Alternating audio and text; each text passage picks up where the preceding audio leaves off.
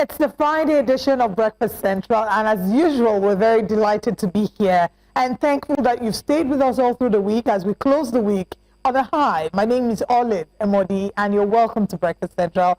And I'm doing this not alone, but with my absolute gentlemen, Joe and Benga. Hello, gentlemen. Hello, Olive. Good morning to our viewers wherever you're watching across the world. This is Breakfast Central. If you're just watching it for the first time, I bet you you won't regret it. So stay with us for the next 3 hours, and you will be starting your morning the right way. I thought you were going to say, when you say you will be starting, I thought you were saying you're going to be starting something. Oh yeah, go ahead. Well, why were you sounding like a marketer? I bet you will not regret it. No, it's true. What is the truth, though? I mean, they won't regret it. Buy this phone, I bet you will not regret it. Yes. One of my greatest regrets in life, and I've said this, is that I don't have the ability to watch myself. I will never know the joy that our viewers enjoy, except I watch myself on playback. So it's an absolute pleasure for our viewers to be able to watch us live. Okay, live, not recorded. Watch myself. I can't watch myself live. Not recorded. That's just one of my greatest regrets. I will never know the honor, the joy that they're enjoying, except on playback. Don't leave me. Joy they're enjoying. Okay, anyway, I don't know. I'm just welcoming everyone. Welcome. Friday last day. I feel sad. Nice suit, by the way. And nice you're one of the most fashionable gentlemen. I mean, Thank you. I try. He's been very consistent with his gentlemanly GQ look for more than 10 years, and it's a hallmark of a modern day gentleman. Thank you, Benga. You know, they say you dress the way you want to be addressed, and you never get a second chance to make a first impression. You never get a second chance to make a first impression. Wow. And I'm sure it's opened many doors for you. Joe, why did you do your haircut on Thursday? It's nice. Do you have plans today? Yeah, no, not Saturday. There's a wedding on Saturday. No, because you look... Which I'm going to, you look sharp. I'm going to also enjoy. If I come too close now, you may cut me. No, don't cut me. If I come too close, you may cut because you're sharp as a razor. An example of how your looks have opened doors for you. When I say looks, plenty. The way you dressed. Plenty, Benga. But I don't want the focus to be on me now. I want to push the focus back. He's shy. He's shy. He's shy. He's humble. Make me. Humble Smith. Okay. Oh, wow. Let's get into the conversations this morning. It's wake-up conversations, and as usual, we'll look at some of the stories that we have, latest developments in the past 12 to 24 hours. If you'd like to drop a comment, we're streaming live on YouTube. Please drop a chat in the chat box, and we'll take your comments. But starting off with the after effect of the Free Nnamdi Kanu protests. Omoyele Sowore, who was a huge part of the protest, was arrested over the Nnamdi Kanu protest. So yesterday, Nnamdi Kanu was arraigned in court. We'll come to talk about him and his legal representation. Maybe we should even start with that he has refused legal representation. His lawyers, the senior advocates, have all removed themselves from the case, and they announced that in court yesterday. Remember that Aloy Jimako, who's also one of his counsel, was arrested on Monday alongside Nnamdi Kanu's brothers. So yesterday, Nnamdi Kanu he chose to defend himself, opened his defense, and is calling out a number of witnesses, including some high-profile individuals like the Minister of the FCT, the Chief of Army Staff, the Governor of Lagos State, the former Chief of Army Staff, thank you. Yes, Tuko Buratai, the Governor of Lagos State, and a number of other dignitaries. There was a video, we saw a clip of them in court when Nnamdi Kanu met Omoyele Sowore, and you could see Nnamdi Kanu encouraging him, in the hug. He said something like, "Don't give up" or "Don't be tired" or something like that. Let's play the video with the audio.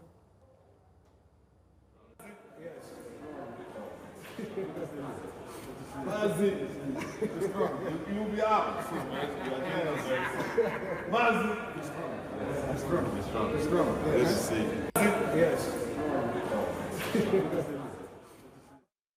So Omoyele Sowore says, "Mazi, be strong. No, you'll be out." And then Nnamdi Kanu tells him to be strong. It's as if Nnamdi Kanu is a prophet in this case, foreseeing what will eventually happen to Omoyele Sowore.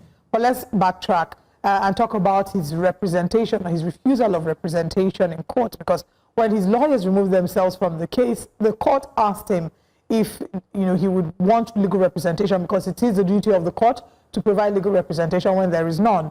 Nnamdi Kanu refused and chose to represent himself. And this is not the first time we've seen Nnamdi Kanu pleading his cause or choosing to represent himself in court.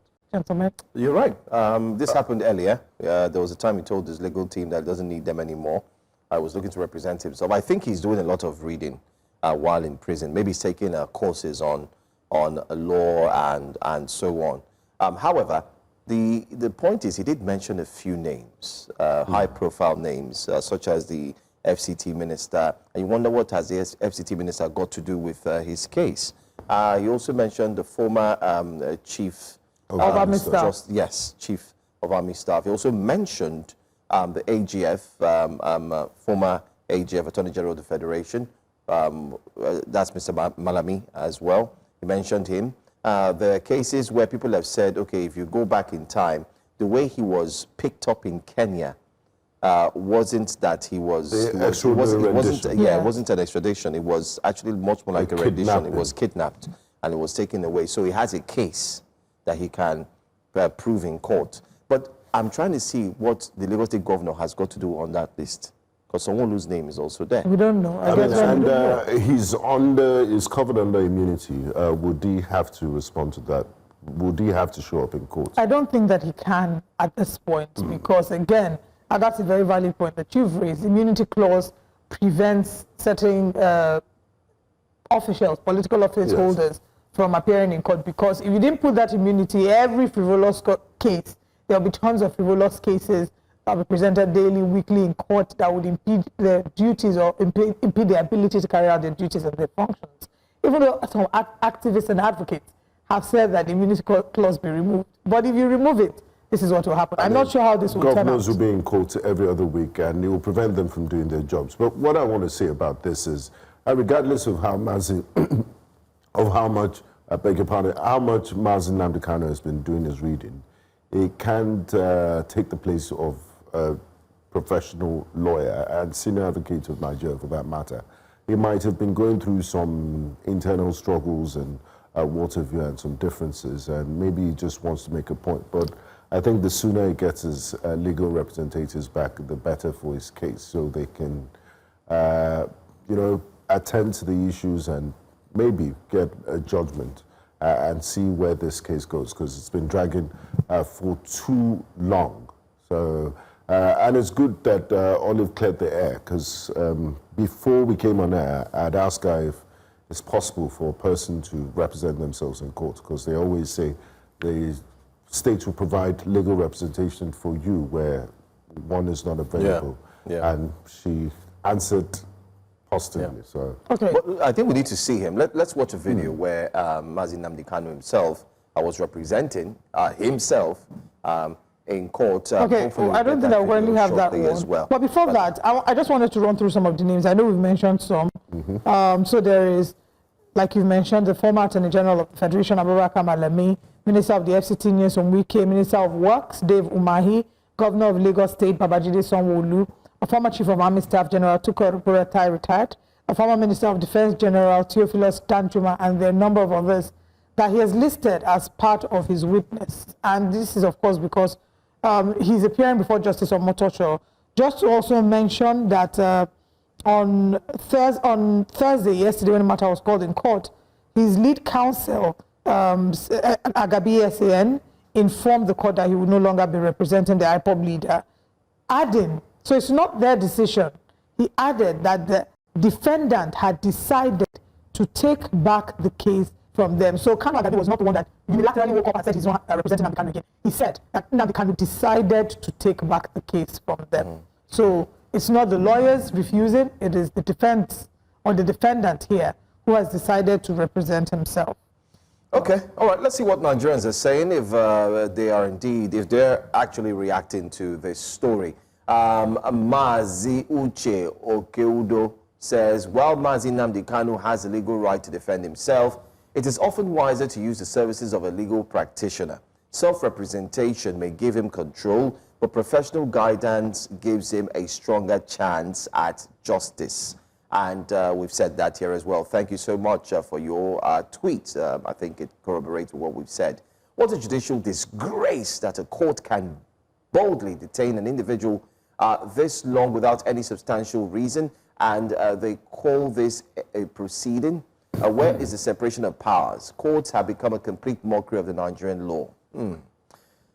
Well, Edu LA or Edu La. Lagos Ibu says, incidents have made me to never doubt MNK's choices, especially when it comes to court cases. He once proved to us here that he is grounded in it. I also see it that he wants to make many blunt facts that his lawyers could be afraid of making because of circumstances. We'll wait and see. Anyway, Mucho says, set our Raymond. Reddington. Okay, all right. Is that all the tweets we have? Let's see, do we have more? Yeah, I believe so. Okay, all right. I thought his lawyer said that he's not fit enough to stand trial. When the Nigerian Medical Association said he's fit, his lawyer said otherwise and that he needs serious medical attention. Who fit no they represent himself for court? He can be sick and still choose to represent himself in court. Well, this is from Alim Oladimeji. Now let's take the next tweet. Okay, that's all that we have now. So yes, Nnamdi Kanu is representing himself. How this will impact his case is another concern that many have shared, because in time past where he actually had legal representation by lawyers, we see the stallings and the delays in his trial, so many interruptions.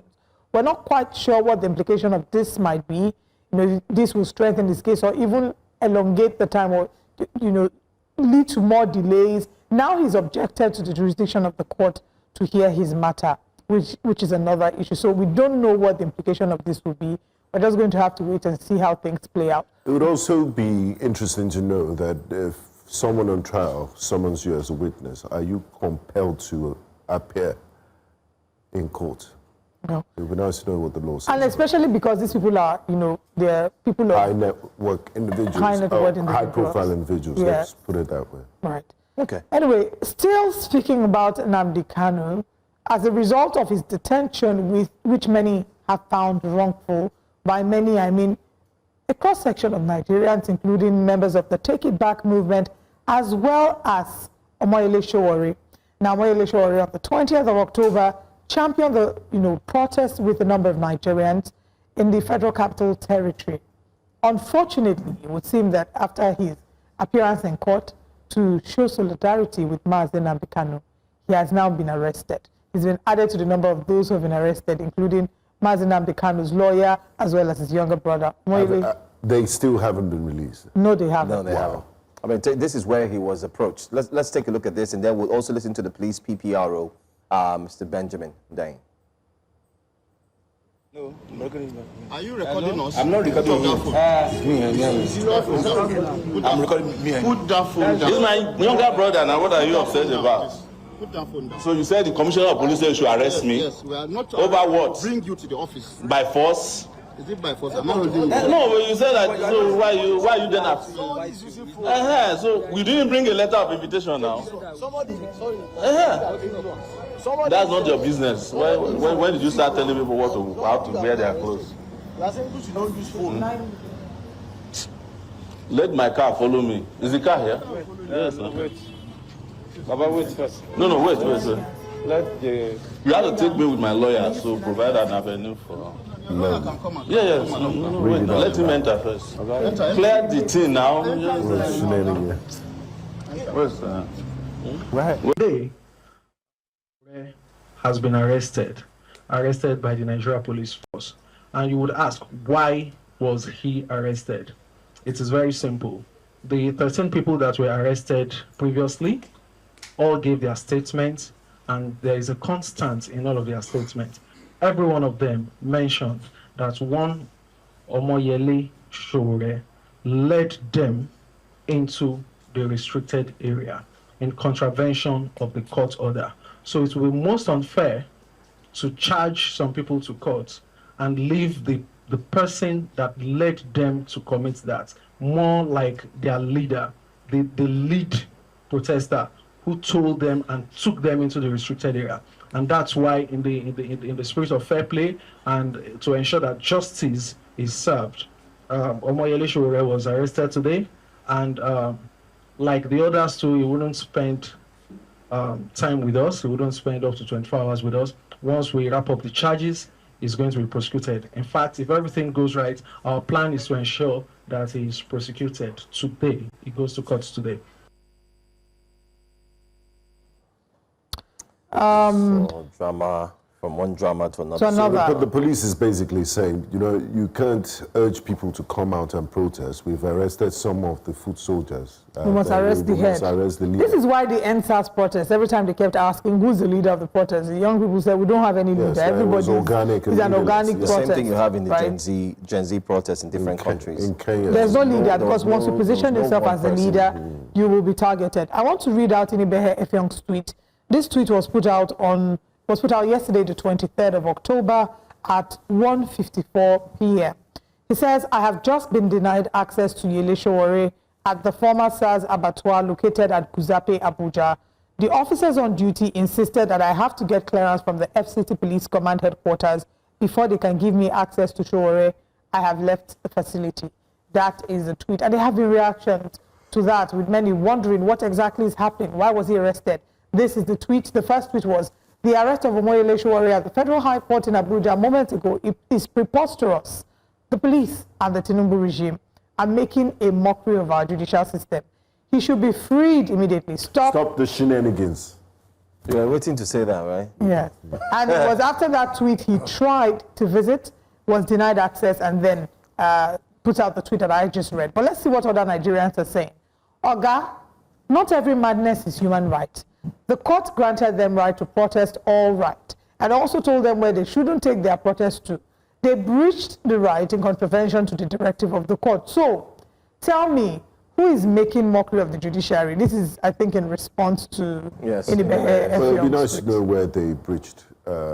basically, because they are saying that the court gave instructions as to where and where they should take their protest were they in those that they locations? breached some of the areas that the court instructed they shouldn't breach. How can they be charged to court for allegedly violating court order, which same Nigerian government has abused and violated over and over? Was Nnamdi Kanu not discharged, but the tyrannical state actors kept him against the ruling of the court?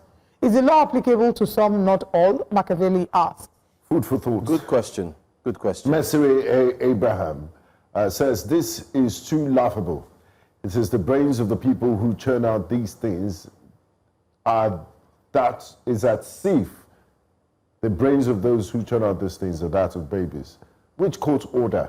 The only person that can order his arrest is the same court after contempt proceedings have been initiated, assuming that he disobeyed the order. I mean, everybody on Twitter these days. Everybody's a lawyer now. Olive's colleague. Twitter lawyer. My learned colleagues. You know, we're all Leonard learned. Collins now. Just I love it. I call them form a Twitter lawyers. constitution in your mind and you interpret it by yourself. I don't care if Sowore broke the law. The Nigerian police should focus on fighting kidnapping and terrorism. If they think this deserves a public hearing, then they have clearly abandoned their duty and lost every sense of priority. Have we heard anything about the young girl who kidnappers? Said 24 in the Yes. Hill State. Nothing. And the police did not put out any video. Yes. Okay. Happy I just wanted to Customer Day ask. this week. Happy customer service. I really hope she's still okay. I really hope she's alive and that, law enforcement has swung into action to get her. But these are what Nigerians are saying regarding the incident of Sowore being arrested. When we get details on that, we'll come back to you with that. And now to our final story. Okay, maybe not. If we have time, we'll take one more. All right, our final story this morning. The House of Reps moves to cap rent increment at 20% nationwide. Now, this, of course, they described the incessant rent increment as exploitative and detriment to the citizens' welfare, and they took the resolution following the adoption of a motion on notice at Thursday's plenary, and this was sponsored by the member representing Calabar Municipal, Odukpani Federal Constituency, Cross River State, Basi Akiba. I want to give a round of applause to Basi Akiba. But let's quickly go back. Recall that in May 2024, the House passed a similar resolution sponsored by Emmanuel Udo, PDP Akwa Ibom, calling for rent control and landlords regulation within the FCT. Udo's motion advocated monthly rent payments and directed the House Committee on the FCT to propose measures to address excessive, reckless increments in rent by landlords. Across the country, there are reports of a hike in rents, particularly in areas witnessing new government infrastructural projects, such as roads and markets. In FCT, for example, Reports have it that rent has jumped from 800,000 naira to 2.5 million naira annually for a 2-bedroom flat, a development that has plunged many Nigerians into economic stress. This is a report by, that the Punch has put about this. Olive, we're about to go into a serious chaos when it comes to the housing sector. And if care is not taken, many Nigerians will be left out in the cold. The reason is because housing is a big, major problem. There's a housing deficit. The federal government is not even building houses again. The state government is not building. We've talked about it. I'll tell you that they have, when we had the Commissioner of Information on the show, he had shared the plans. But the problem is, even when they're doing the housing plans that's sort of supposed to be low cost in a sense, how accessible is it? How much of a problem-solving mechanism is it? You look at the houses that are available in comparison to the population that Lagos is. Lagos, for example, is a mega city, so I don't know how we're going to be able to apply rent control here in Lagos. But if you look at it holistically, it's not just in Lagos, in the FCT. Nigeria has a challenge with rent. It's as if all the landlords went into a WhatsApp meeting, or they had a virtual meeting and said going for, and they're not increasing it by maybe 20% as mentioned. They're doing it by 100%. It's a 100%. If you're paying 1.5, you're not going to be paying 3.7. This one, they didn't gist me. For what? I know a friend who was paying rent in an apartment for 6 million. Her rent was increased from 6 million to 12 million. That's 100%. How do you make it make sense that someone lives in your house 2 years and after that you increase and I want the to ask, to the economic challenges, is it just affecting the landlords? Is it not affecting your tenants too? So you expect the tenants to work harder, double their work or their hustle so they can pay you the double. How many of them who own businesses are even thriving or are doing well? And then again, it's not every calendar year that you should increase rent. I can understand last year, subsidy removal at the unification of the FX. But in a year that record inflation is low, why must there be an increment in the first place? Thank you. And that's a good one you mentioned there. When things were bleeding, okay, you increase the rent to meet the inflation. You may not say that things have 100% improved, but the bleeding has stopped to a certain extent. It's not a situation where you wake up in the morning and you don't know what the naira is going to be. It's a lot better. Because this cap might be giving them ideas. They will just be 20% every year. No, I think one of the things I also want to add to the 20% is they want to mention how many times you can do it, maybe in 5 years or so on and so forth. But if you check the responses, although we're going to see what Nigerians are saying, some of the house owners or the landlords are saying, is it the federal government that bought cement for me? Is it the federal government that built my house? How dare they tell me what to do with my property? They say we operate a free market economy and they don't have a right to. I thought of an idea this morning because while I was coming to work, we discussed the same issue in the car with a few friends who joined me. And one of the things I said was, Lagos, for instance, needs to be gazetted, okay? And different areas should be looked into. For instance, if axis around this area where we have, our offices, you're close to the government area, those areas you can now say, okay, the houses here from 2-bedroom flat should go for maybe 2 million naira, for instance. You have a cap. Exactly. There should be price control. Now, if the state does price control and then shares it to every house owner and say, listen, if you have a property here and you're going beyond 3 million naira instead of 2 million naira, the landlord says, I don't care, to hell with you. The tenants should now have a portal where they can report the landlord. And if they report the landlord, this is just my thought, I'm not trying to... we're a democracy and a free market economy. And I think if they report the landlord, the government should now take it. No, because things that the government has to stand for the people. So let me tell you something. This is the best way the government can start. Build mass affordable while they're building. And disrupt the system. That's the best. So you know what the challenge is? I agree, that's the best. This is a good idea. Implementation is where the problem is. Something as simple as in our tenancy laws, the provision for rent. It is not legal for you to ask for more than 1 year rent in certain parts of Lagos, but they're doing it and they're getting away with it. And they're doing it because they know that if they talk to A and A says, oh, the Lagos state laws do not allow you to increase your rent, you will pay. B to Z. They're ready to drop the 2-year rent. So implementation is... The implementation is where the bottleneck is. And I don't know how we're going to go about it. For now, it's still a suggestion. It's not become binding, but it is a welcome development that the rent increment be capped at 20% nationwide to help Nigerians catch up. People can't be working. Right now, it feels like Nigerians are working to pay bills, particularly those in certain mega cities like Lagos, Abuja, Port Harcourt, working to pay bills. You're working to pay for rent, working to pay for power. You know, it's a really tough time to be a Nigerian. But anyway, these laws, like I did say, the effectivity, the applicability of it is where the issue will be. But I still feel that if they can put a cap in different areas in Lagos State, any landlord that goes above that, there should be a report where you can report a portal. And if you report, this is my thought. This is my thought. When you report and the landlord fails to review the pricing, then I think the government has the power to double tax that landlord. Yes. Okay. If you don't want to reduce it to this amount, you will now pay extra tax. Then guess who's going to feel the effect of the tax? No, you leave it. Joe, see, there are many ways to kill a rat. They will then go through the corners and tell you, oh, this is not rent, but it's service charge. Haven't you seen on the island where rent and service charge are almost competing? No? Your rent is 2 million, service charge is 1.5 million. For what? Make it make what sense. Are you servicing? Okay, let's get what Nigerians are saying about that before we move to our final story about insecurity. What Nigerians are saying about this. Now, the landlords go soon protest, say, cost of cement no get House of Reps cap. But honestly, if they implement this rent cap well, it will save plenty Nigerians from yearly hypertension. I agree with you. Wale, you are right too. Resolution implementation flaws. Echoes on enforced Lagos 2015 law. You see? They say that it echoes on enforced Lagos 2015 law, lacks dedicated funding or monitoring body, risking widespread non-compliance. Economic mismatch. 20% cap ignores 34% inflation, eroding landlord profits and stifling new housing supply. Deficit of minus 20 million units. Unintended consequences could spur illegal evictions or black market rents. No provisions for dispute resolution or tenant subsidies. Superficial reform tackles hikes without addressing core issues like land access barriers or public housing investment. And finally, uneven impact, urban focused, sidelining rural renters, and ongoing communal land conflict and poor infrastructure. This feels like a PhD.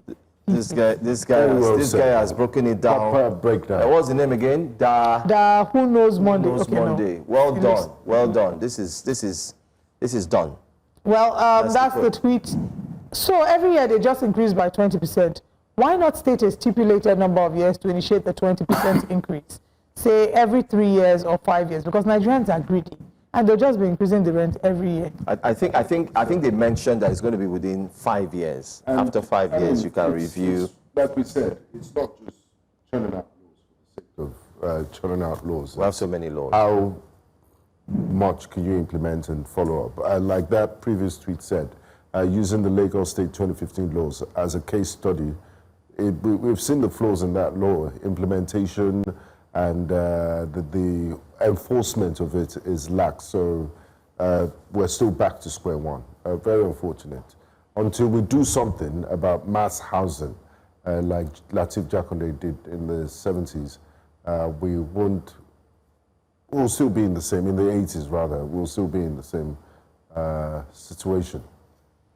Anyway, it's a major problem, and we're just throwing it open out there. If you have a comment or two to share with us, please feel free to do so on our socials.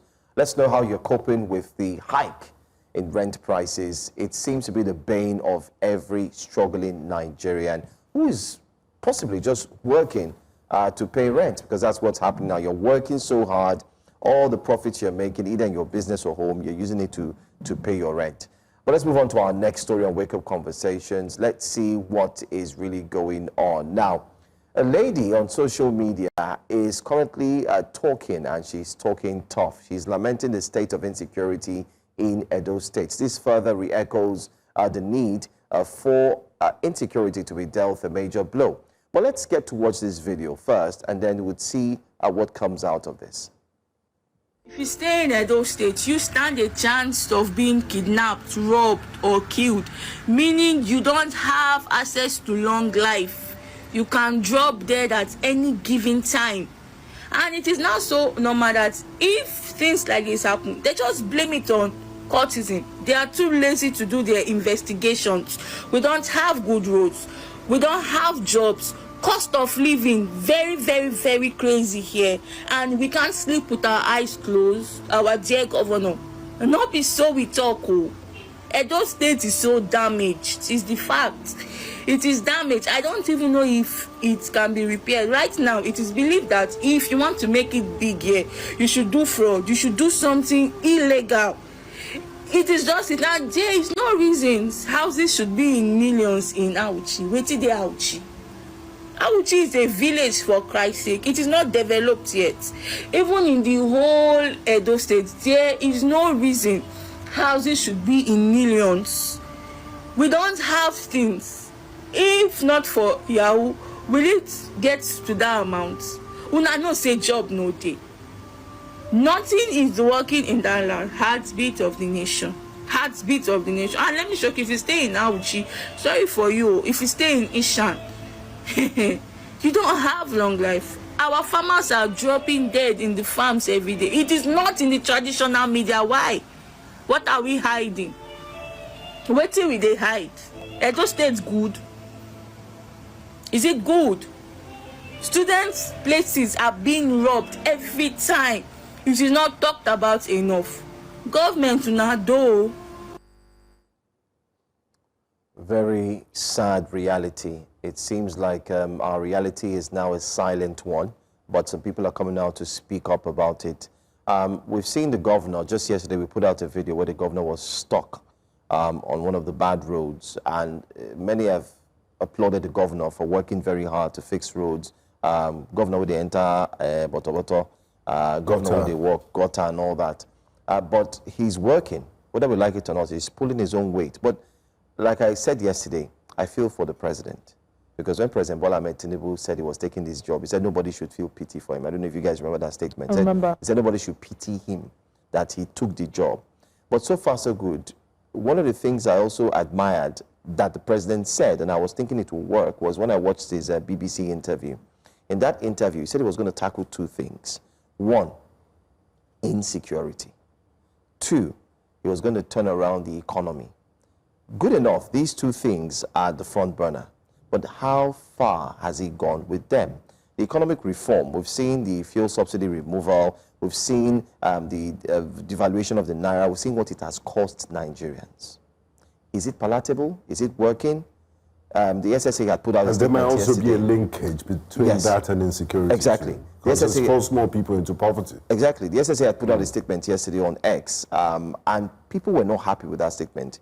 He was quoting statistics. I'm talking about Mr. Bayo Onanuga, quoting statistics, stating that the economy has done very well. And then under that statement he put out on X, some professional economists did come out, economists in quotes, I beg your pardon, did come out and told him, no, you've gotten it wrong, you're not right.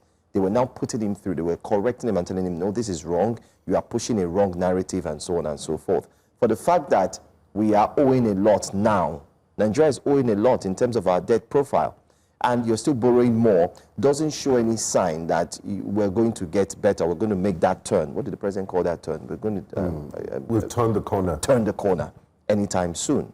That's one. Now, insecurity, which was highlighted to be followed through, we've seen, we all here, we talk about, sometimes we even get tired. Olive just mentioned the girl we talked about yesterday. Hopefully she's fine.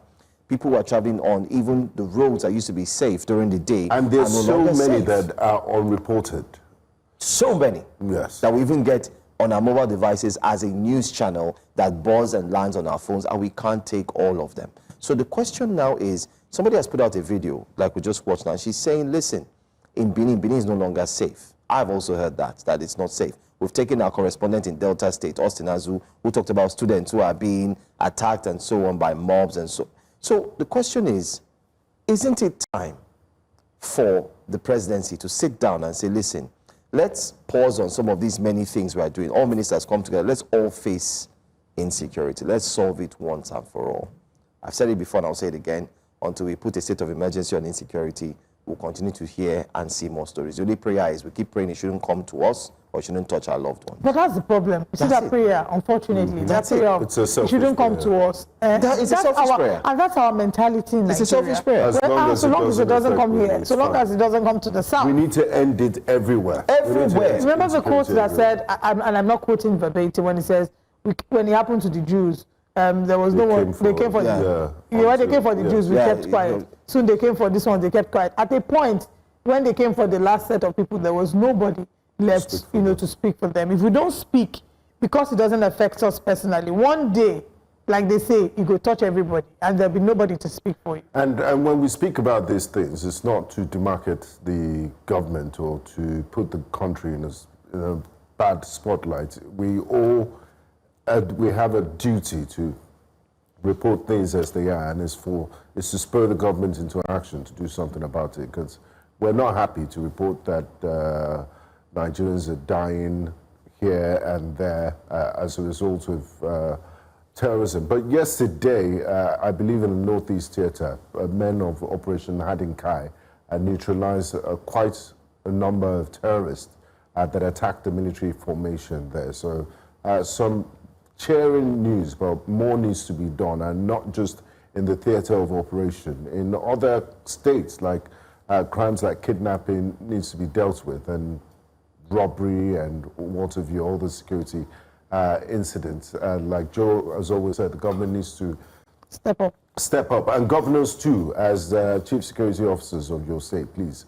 The news is that you're getting more money than you've ever gotten from the federal coffers. So please put that money into good use. We've seen states like Delta State come up with a security trust fund. Lagos State has one. Support the Nigerian police in any way you can, and also increase your intelligence gathering capabilities so as to prevent these crimes before they even happen in the first place. Just to re-explain what it is I was quoting before, it's a poem, post-World War II poem by Pastor Martin Nemola, who's a German Lutheran pastor that initially used to support Hitler, but then later he was imprisoned, turned against him. He later opposed the Nazi regime and then was imprisoned in concentration camps from 1938 to 45. It says, first they came for the socialists, and I did not speak out because I was not a socialist. They came for the trade unionist, and I did not speak out because I was not a trade unionist. Then they came for the Jews, and I did not speak out because I was not a Jew. Then they came for me, and there was no one left to speak for me. We will continue to speak. And kudos to everyone who has done what they can, like the young lady who was spoken out in that video, and everyone who continues to speak out fearlessly or fearfully. The more we speak, the more we mount pressure. The government's responsibility is to provide safety and security for the citizens. And any government that cannot do that has failed its people. Let's take a look at what Nigerians are saying about this story about insecurity. Edo used to be one of the states to live in. How has it been reduced to a crime-infested state, or how it has been reduced to a crime-infested state? Something I continue to wonder about. According to the crafter, Auchino Sefo, Nadia be #1 armed robbery. Now, kidnapping is now the order of the day.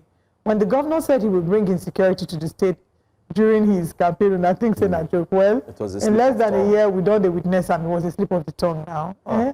But slip of tongue, the words of the mouth are powerful. No, slip of tongue. I mean, although they say in psychology, they don't believe in slip of tongue. Now only school day out, nothing day there. The cost of living in that town high like mad. Have you forgotten he promised? You should relax this thing now. No, it's how did we get to this level of insecurity in Edo State? There is no good road in Edo State. Temidire Stevens says. This isn't a joke. The rate of insecurity in that state is becoming a norm. Insecurity is now a lifestyle there. The government should act promptly.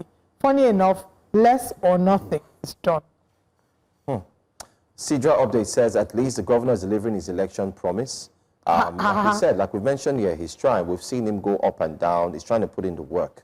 But you see, there's more, and there's a lot. And the problems of Edo State didn't start. It didn't start when today. it was sworn in. I don't want to use. I don't. But I mean, just to give context and scope of work he has to do, and what he can humanly do in 1 term or 2 terms, depending on if the electorate wants him back.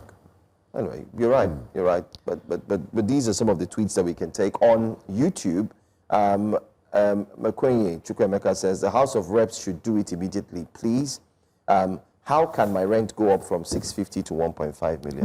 Imagine that. That's not even 100%. Because 100% would have been 1.3 million. 650,000 to 1.5 million is pure wickedness. It feels like this landlord is not doing anything else and wants to use. Do they even consider their tenants? I don't think they do. So do they think they're not part of the system? That's what I said. The same question I asked. Are we not facing the same economic challenges? Are we not shopping from the same market landlords shopping from? Maybe I'm different, but in my accommodation, if I would not raise the rent from 650 to 1.5. If you say 650 to 850, that's understandable. Okay, hi guys, you know, things are tough now, but it's like you're trying to put the whole burden of the economy on your tenants. You say, after all, pressure them, they will pay. If they can't pay, they would leave. That's really unfair. Still looking at comments, Emeka Eliezer Mokoye says, when the real protest comes, there will be no restricted area. Well, the restricted area, unfortunately, I don't know that in the nearest future, the government, unless it's a protest that happens without pre-information, like this one happened. Because, again, NSAS or NBAD government, no, it was NSAS protest changed the trajectory of how protest is being done in Nigeria. They never saw it coming. And it really shook them to the core. It's why anytime the government hears anything like before you say test, they've gone to court to go and get one injunction refraining you from either protesting in certain areas or trying to curb the protest. But the truth is, we need to have a conversation about how protests should be carried out. Protesting is a fundamental right enshrined in the Constitution. Peaceful protesting is a fundamental right. It is only when it then becomes violent. It's why the police should be there to ensure that the peaceful protest does not erupt and become a violent protest. Olive, as we wrap up Wake Up Conversation, I want to use this medium to state here because it's been noted. I want to say thank you to the government officials and government offices that watch Breakfast Central, News Central around the clock, be it Jasiri, all our programming. Thank you for watching. And we're sure that, as journalists, we also are in the middle because we get the stories from the people. We also get the stories from both sides. So we're much more like the conduit. We bring everybody together. That's what we do here. However, I think while they watch us this morning and every other programming, we want to use this medium to say, I think it's high time that those in power should actually reach out to the president or presidency. And if the presidency is also aware, they should reach out to the subnationals. I think there should be an intentional meeting, a closed-door meeting where they can highlight just insecurity. I am a fan, even though I don't fully believe in it 100%. I'm a fan of not having 10 agendas when you are having your manifesto. I'm a fan of having just 2. And it applies in the workspace as well. If you say in this office, we're going to be number 1 in social area, just 2, and you work with that 2 for a period of time. So if the presidency says, okay, guys, let's hold on all of these, economy, some assaulting, let's now focus on insecurity, since it's part of the things I said I was going to do. And everybody sits together, attack. Once Nigerians start seeing that, oh, have you seen what happened in Edo? There's a new force we're seeing. There's a new truck. Policemen are parading. They're moving around. Something has changed. Have you seen what's happening in Lagos? Have you seen what's happening in Plateau State? Even the so-called heinous crime committers, they would all wake up and say, wait, the story has changed. But if nothing is done, we continue this way because everybody is saying 2027 is around the corner. Exactly, they're distracted by the question is, are you going to have an election in 2027 if will the country be safe enough? Exactly, if people are dying in droves, in numbers. It's a conversation I think we should have. Very important. Anyway, as we wrap up Wake Up Conversations, let's share with you what our top stories are today on Breakfast Central. This morning on Breakfast Central, SDP expels top leaders over misconduct. Still looking at our top stories this morning, Obidient Movement denies endorsing Soludo, backs George Moghalu ahead of Anambra gubernatorial election. We're counting down the days now. Professor Joash Amupitan assumes office as INEC Chair. Congratulations to him. Terrorism allegations. Kanu sacks legal team, questions court's jurisdiction. And the newspaper front pages will be brought to you. And right after that, we'll have entertainment as well today. Stick with us.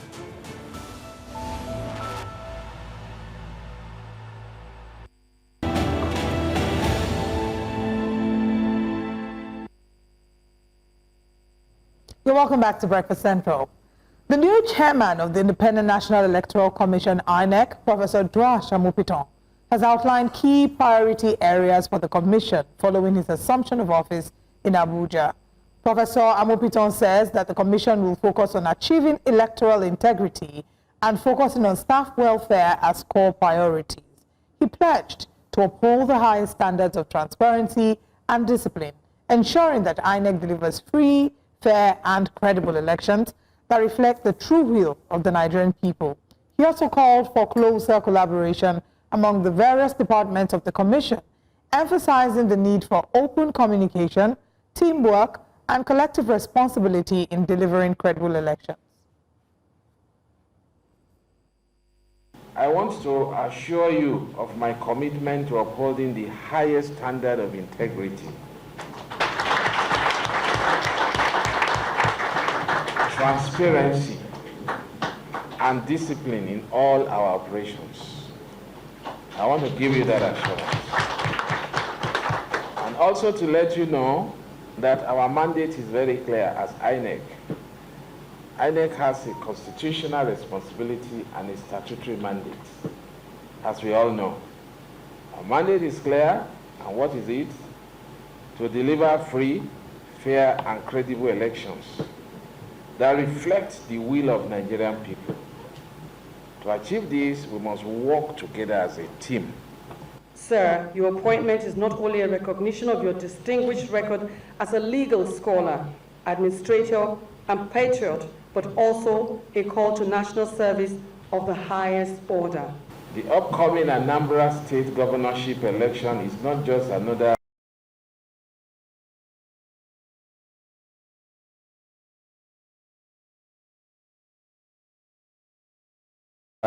electoral exercise. It represents a pivotal opportunity for us to demonstrate our commitment to free, fair, and credible elections. The eyes of the nation are upon us, and it is our duty to rise to that occasion. In a surprising turn of events, Biafra Nation agitator Nnamdi Kanu has dismissed his entire legal team, telling the Federal High Court in Abuja that he would now take over his own defense. Justice James Omotosho then ordered other members of the defense team to vacate the courtroom and invited Kanu to open his case. But Kanu objected, insisting that the court lacked the jurisdiction to try him, and argued that the federal government had disobeyed a Court of Appeal judgment which, according to him, ordered his acquittal. Kanu added that the laws under which he was charged has been repealed and that he was being denied a fair hearing. While urging the court to void the proceedings and order his release, he also claimed that the medical report certifying him fit for trial was forged. Prosecuting counsel Adegboyega Awomolo objected to Kanu's claims, arguing that the Supreme Court had already set aside the Court of Appeal judgment the defendant relied upon. He added that Kanu's arguments lacked merit and should have been properly filed in a sworn affidavit. Justice Omotosho, however, advised Kanu to take advantage of his constitutional right to present his defense, granting his request for time to prepare. The judge also disclosed that the witness summoned requested by Kanu for several prominent Nigerians, including former serving governors, ministers, and security chiefs, to appear as witnesses in the ongoing trial has been signed. The case was then adjourned to October 24th for continuation of trial. He has decided to conduct his defense by himself. He has a right to do so. We respect that decision, and we wish him well going forward. That's all.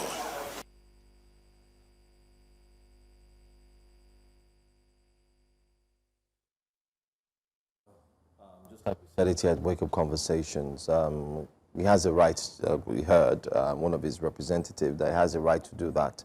But hopefully, like I always say, let's see if his rights would actually help him to a certain level. But people have expressed worries about him representing himself. They said rather he should get a legal representation, especially facing this case. But I'm still concerned about the names that he reeled out, the names he called. Let's see what these names will do in this particular case. But let's bring the trial continues today, by the way, so we'll wait and get updates on the situation in the court.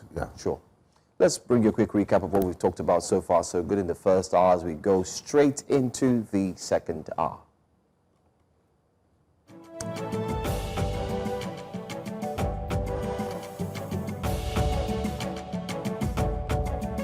And Sowore arrested in court after Nnamdi Kanu's trial.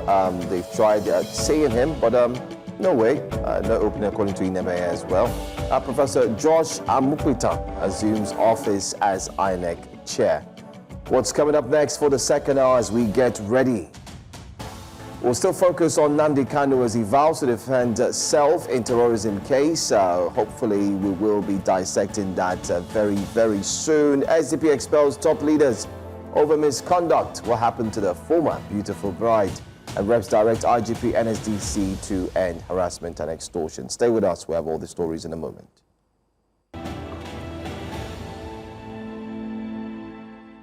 Welcome back. The House of Representatives has called on the Inspector General of Police and the Commandant General of the Nigeria Security and Civil Defense Corps to ensure full compliance with rules mandating their officers to wear approved uniforms and identification tags while on duty. This call followed a motion of urgent national importance where lawmakers say that the directive was necessary to rebuild public trust and curb rising cases of extortion, harassment and impersonation of personnel at checkpoints. Our correspondent Idong Joseph reports.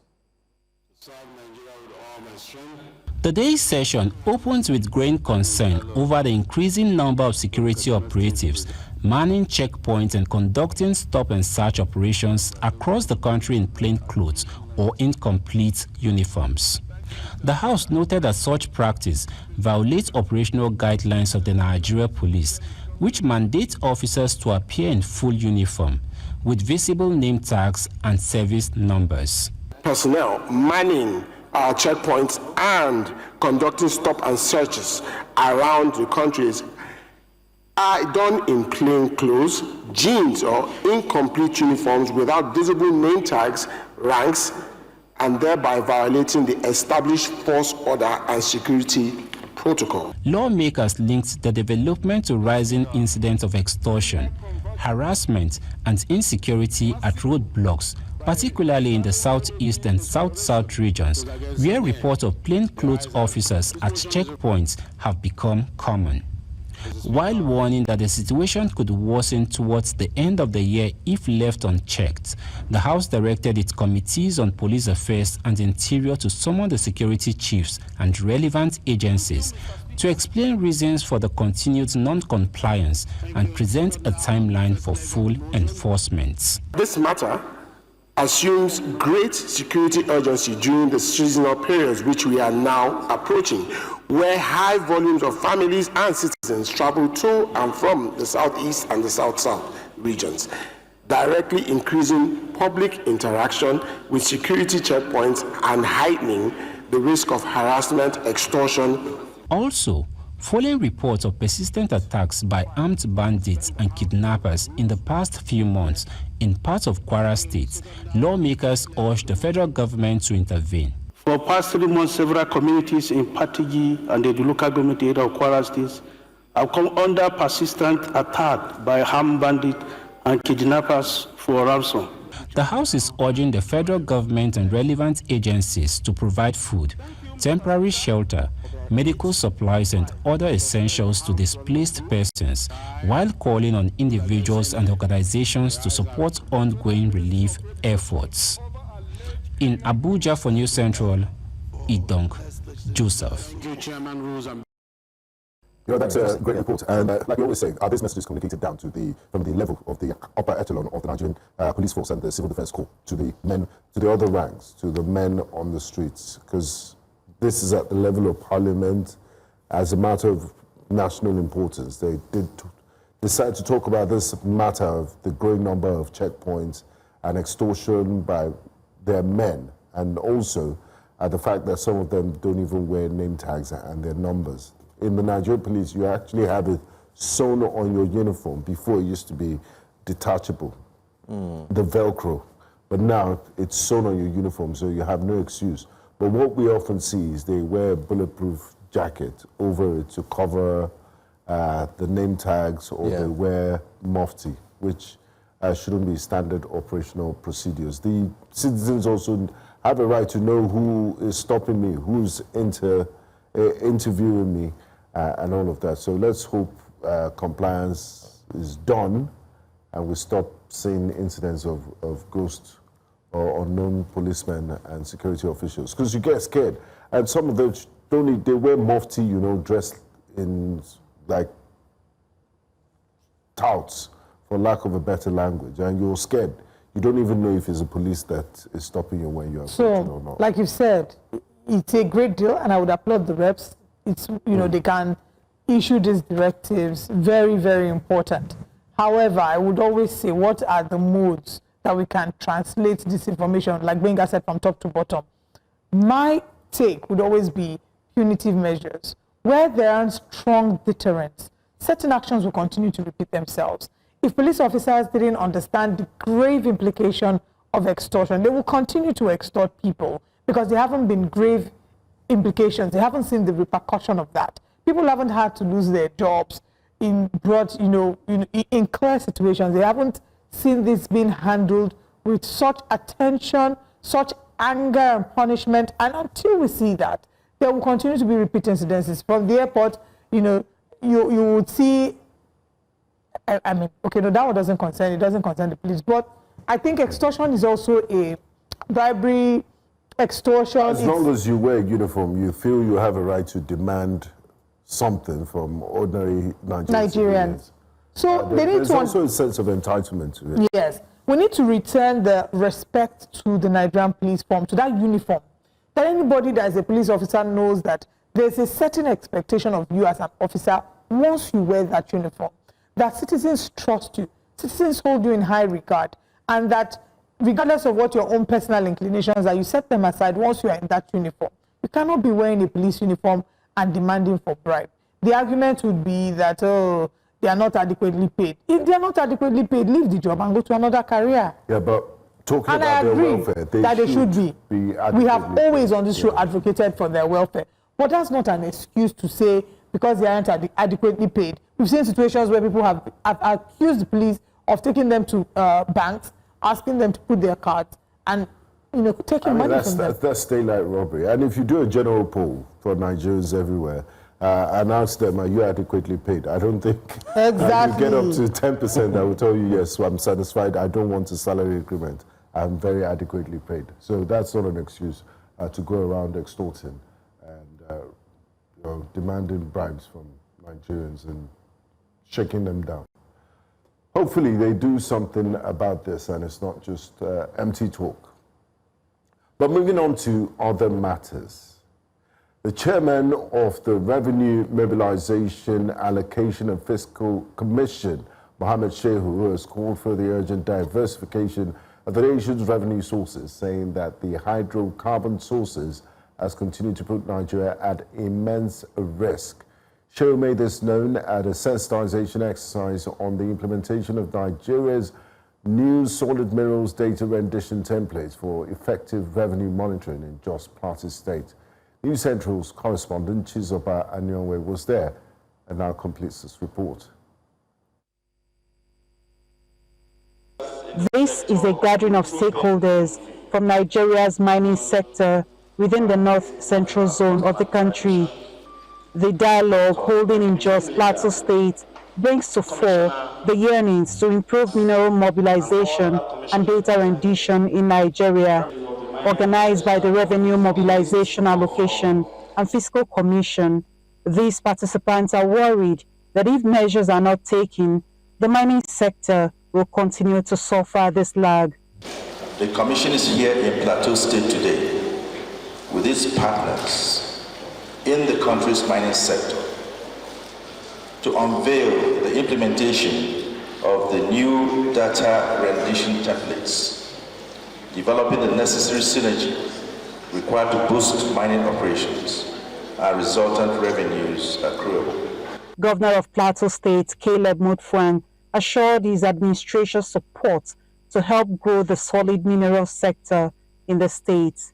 When I noticed that the discussions will be centered to around the accurate data rendition which will improve the 13% derivation from the federation account, which in turn supports the infrastructure, education, and health project. If we're able to achieve this, I know certainly our people in our various communities will enjoy the dividends of democracy. Participants say they are confident that the objectives of this meeting will be achieved through effective collaboration. It is therefore a responsibility of the Commission to look into the areas of potential lapses or discrepancies in revenue, remittances into the Federation account from all economic sectors for the purpose of advancing the 3 tiers of government. We are assuring NAMFA that Nasarawa State, being the home of solid minerals, we are going to cooperate, we are going to partner, we are going to synergize to ensure the success of this template. Since 1902, when solid minerals was first discovered in Plateau State, the sector has faced numerous challenges with stalled growth. Many here say they are positive that the outcome of this dialogue will provide a more conducive atmosphere for the growth of mining in the state. In Plateau State, for News Central, Chizoba and Nyui. Truly, reforms are needed in the mining sector, and that's exactly what that report has brought We need forth. to diversify our revenue base away from hydrocarbons. We also need to look at other ways in which, and thankfully, the service sector has been a large contributor to the GDP since the last time it was announced, banking, telecommunications, and things like that. Sometimes you wonder if we're suffering from the resource course, because God has put so many minerals and things underneath us, but we don't seem to harness it to its full potential. And what we're doing is just extractive. You know, we export raw materials. But you look at a country like Kenya, for example, they don't have a lot of mineral resources, so they have to really work extra hard, and service industry is really big. And like I always say, it's not what you even have under the ground. You look at Singapore and other countries that have nothing. The greatest resource a person has is the human potential and what they can do. So we need to do a lot in terms of education and also providing the enabling environment for businesses to thrive. I agree. The mining sector has been one of the sectors that Nigeria can actually profit from. And gold is at an all-time high. Yes. Yes. And just recently, they just talked about the mining security guards who will be able to protect the mining sites, abort any form of illegality, and so on and so forth. Don't forget, it was initially pushed back. I think there were pictures of the mining security guards back then, about a year ago or so, when they were displayed, and people were saying, we're having another security outfit again. Are we going to have double security outfits representing this? But it's necessary. And currently, as we speak, the House, as you just saw, I think they're called mine rangers or something. Mine rangers, yes, yes. The rangers themselves, not Power Rangers, by the way. Not Power Rangers. What was your favorite color of your Power Ranger? Always red. Oh, my goodness. And you're a lady? Because red is my best color. Or it should have been pink. Go Power Ranger. No, those are not the people that they're going to have at the mining site, but these are different. But I think, back to the basics, it's going to help a whole lot, whether you like it or not. All right. Now let's move to the next story. The Economic and Financial Crimes Commission says that it has secured over 7,500 convictions, recovering assets worth more than 566 billion naira in the last 2 years. The chairman of the EFCC, Ola Olukoyede, made this known while highlighting the commission's achievements under his leadership since assuming office in October 2023. He says that the anti-graft agency has also recovered over 411 million US dollars, 71,000 pounds, and 102 euros within the same period. News Central's Sagea Ibrahim reports that the EFCC is also intensifying public enlightenment campaigns to strengthen its anti-corruption drive. Nominated in October 2023 by President Bola Tinubu and confirmed by the Senate the following day, EFCC Chairman Ola Olukoyede says the past 2 years have been focused on institutional reforms and strengthening integrity within the Commission. Speaking on behalf of the Executive Chairman, senior management officials presented a detailed breakdown of the EFCC's performance, including convictions, asset recovery, and ongoing prosecutions. 7,503 convictions were recorded by the EFCC in 2 years of the administration of Omoyele Sowore. Some of the notable arrests and prosecutions for alleged corruption that we have include former governors. We also have a number of ministers. In terms of naira recovery, the total figure that we have achieved in 2 years is 566 billion. The dollar component of that recovery is 411 million. There's also a British pound and euro component. One of the challenges that we're facing as investigators is the public apathy towards corruption. We've had a lot of instances where people celebrate corrupt people. When we go to court, sometimes you tend to see people wearing ashobi, clapping for the people that we've taken to court. Officials also provided updates on several high-profile cases. About the status of the 753 duplexes that were finally forfeited. Work is going on towards the completion of the houses and eventual implementation of the presidential directive. I think reference was made to the case of the former governor of Delta State. To the best of my knowledge, that case is still undergoing investigation, and in due course, justice will be served. There is no attempt, no intention anywhere to shield anybody on account of switching parties from one party to the other. In demonstrating the Executive Chairman's zero tolerance to corruption and indiscipline, we have to show 55 of our officers way out of the commission. The Commission says that it has intensified advocacy and civic engagement to educate Nigerians on dangers of corruption, noting that public sympathy and social acceptance of graft remain major challenges in the fight against economic crimes. In Abuja for News Central, Sagir Ibrahim.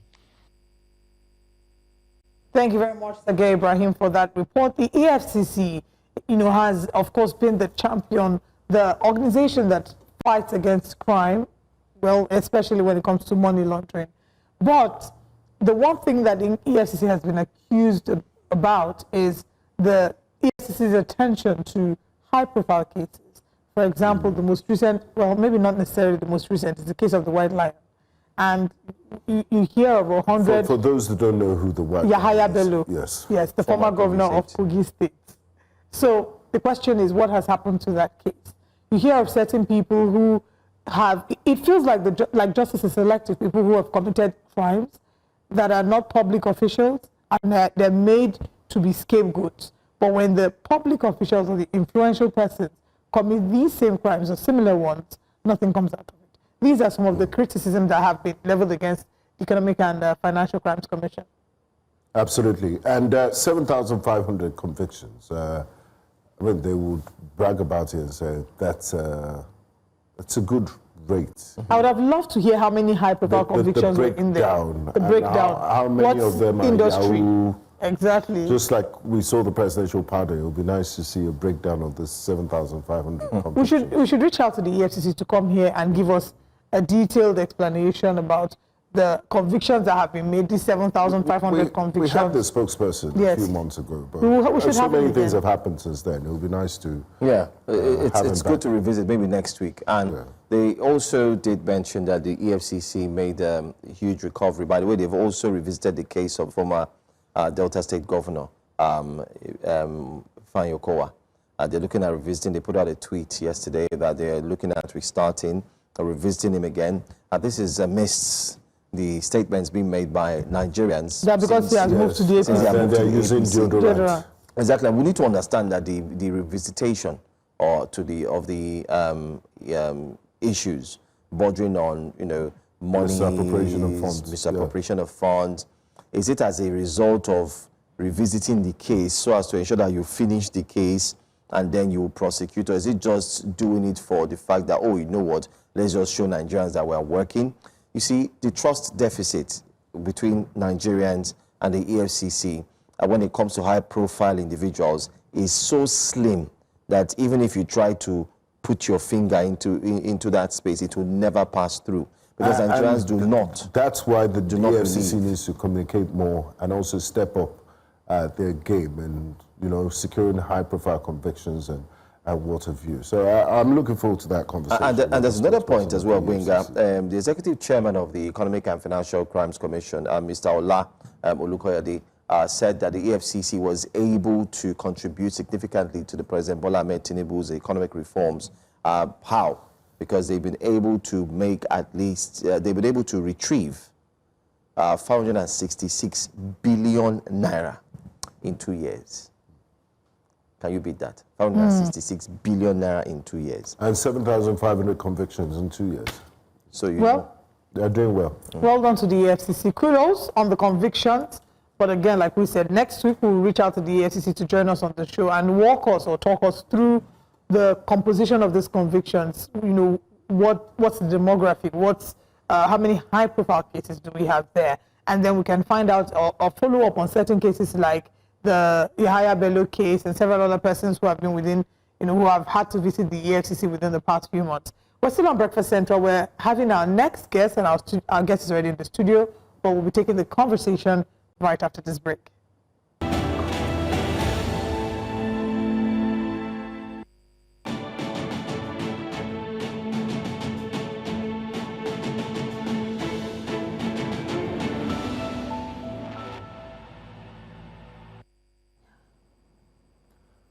Welcome back to Breakfast Central. In a courtroom drama that unfolded yesterday at the Federal High Court in Abuja, Nnamdi Kanu, the detained leader of the indigenous people of Biafra, made a move that stunned even seasoned legal minds. He sacked his entire legal team led by the former Attorney General of the Federation, Chief Kanu Agabi, and declared that he will defend himself in his ongoing terrorism trial. The man at the center of one of Nigeria's most contentious legal battles has chosen to go solo. No senior advocates, no legal shields, just him, the Constitution, and the court. But what does this mean for the rule of law, for the integrity of the trial, and for the future of the separatist agitation in Nigeria? Joining us for this discussion is legal analyst and constitutional lawyer, Mr. Jide Ologun, to unpack this twist to the case. Thank you very much for joining us. You're welcome. It's my pleasure. Prior to Nnamdi Kanu's decision, and this is not the first time that we've seen him deciding to represent himself in court, but before now, this case has had a lot of bumps and hiccups. What is the implication of him choosing to represent himself? Maybe first of all, to put things in perspective, does he have a right to represent himself in court? Absolutely, he has the right, which he has exercised. And the senior advocate also commented that that was his desire, and they must respect his desire. And he has chosen to present himself as his own counsel before the Honorable Justice. And he will be allowed to do that. But interestingly, there is a crucial point here. The prosecution has closed the prosecution, calling 5 witnesses, establishing the fact that he has a case to answer, because at the point his legal counsel submitted to the court that he had no case to answer, but the judge said no, from what we have here, so now open your defense. And he's expected, as the matter continues today, to open his defense. And if he fails to appropriately defend himself, as expected in the ecosystem of criminal justice, then the court will come to a conclusion, having given him the right of fair hearing, because as we speak right now, he's still under the cover of the Constitution, talking about presumption of innocence, until the allegations against him are proved beyond all reasonable doubts. But like you mentioned earlier, this matter has been loaded with drama. But if you know law very well, it may not be by the drama, but following the process of the law, which is ongoing in court now. And wish him the best. But so, is it still possible for him to change his mind and request for legal representation, or once he's opened up his defense, he won't be able to change his mind anymore. And then the second part of my question is, he's asked for a list of witnesses. And some of those witnesses are serving government officials, like the current governor of Lagos State, who is covered under the immunity clause. What does the law say about witnesses? Are they compelled to appear before the court if they are mentioned as witnesses? It's discretional, and the court also has the discretion to compel some witnesses to show up. By and large, if you invite me as a witness in your matter, I can decline. And from the body language we are, seeing, it's as if there's an attempt to buy time. So it's different from a subpoena? Yeah, the court can direct that a witness you show up by compulsion if that witness is critical to that case. But some of us have sat down to wonder what the relevance of Malami, the governor of Lagos State, and some top line exactly names. No, but Tuku Buratai was chief of army staff when his house was invaded. And why the drama for some of us looking at deep mind assessment may appear more like a satire. That okay, if Buratai managed the invasion, then let him come and give witness. So I doubt if he is touching on the need to defend himself as not having committed the crime allegations leveled against him. So that is, like I said, just like buying time, it started with claiming it's not in his interest to buy time, because if he's buying time, he'll be spending longer time in detention. He's been there for long. And you see, the pressure now is that the court also is not willing to play with time, because he was given 6 consecutive days from the 23rd of October 2025 to open his defense and defend himself before the Honorable Court, before this drama came in. At the point he was asking, even when he was listing his witnesses, asking for about 90 days and things like that. And then right now it's a very sensitive matter, but what I can say really is that the processes are on, the court is ready, the court has offered him the option to defend himself. I think the court even offered to get him a counsel if he became uncomfortable with his counsel. But he also declined that he will represent himself. And no law says you cannot represent yourself, but to what extent can you defend yourself if you don't have the legal skills, so to say? And if you look at the array of professionals willing to defend him, these are sound, learned, so we don't. And again, in another school of thought, they are thinking that okay, maybe because Nnamdi Kanu is, do I say politically exposed now, or advocacy-wise exposed, that he may be thinking that his supporters will, come out and begin to hit up the space, just like the free Nnamdi Kanu protest in Abuja. But I doubt if that is going to work at this point in time, because if you have been monitoring the Nigerian space recently towards the 65th independence anniversary of the country, it was rumored that some people attempted to overthrow the government. And right now, the government is not willing to joke with the security in the land, which made the experience the Sowore and his team had in Abuja visible, because government said no. There's heightened security. security. Don't come to this restricted area, even though you have the fundamental human rights. So that is where we are right now. And another school of thought, particularly those who are calling for political resolution of this Nnamdi Kanu matter, are saying that, okay, if the president needs the Southeast in 2027, there should be a political resolution to this. But the matter has gone far now, and because there are three arms of government, basically, and the judiciary is marching forward. So having said that, the Attorney General of the Federation has the prerogative to withdraw the charges against Nnamdi Kanu. But again, it's like making the president, who the Attorney General will delegate for, work on banana peels. Because if they now come out to say, oh, let the charges against him be withdrawn, some will start shouting, you know, we are not allowing the rule of law. And of course, some will start shouting, oh, the president is afraid of the protests and things. So it's a very dicey, issue right now. Case. And then we leave the courts. You know, I have a deep respect for the Honorable Justice in charge of that matter to allow the laws. And right now, that case is on the track of the law. Prosecution is concluded. Open your defense. Simple. Okay. And they'll be sitting today, as hopefully, yeah, it's expected. 6 days. That's what you said. 6 days, consecutive.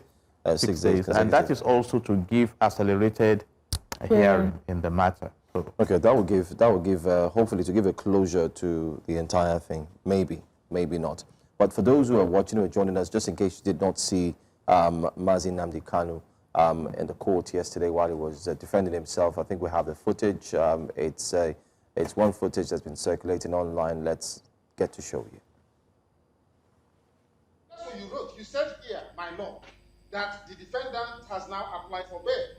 Now, as I've said earlier, bail is a discretion of the court, taking into consideration all the conditions laid down in Muhammad Abacha v. State. At this stage, I am of the opinion that to make or take a stand on the bail application without first hearing and determine the issue that is glaring in the face, which is the absence of the defendant from the court since 25th of April 2017 until he was produced on the 29th of June. My lord, which was exactly what the Supreme Court did. They said that he did not jump bail. These criminals came to my house to kill me. That's what the Supreme Court said. This is in your own court, my lord. So I cannot understand, my lord, why my trial will be conducted contrary to the Constitution of Nigeria that said I must have free and unfettered access to my counsel. It's here. This is the law of Nigeria. But that's what you wrote. He has decided to conduct his defense by himself. He has a right to do so. We respect that decision, and we wish him well going forward.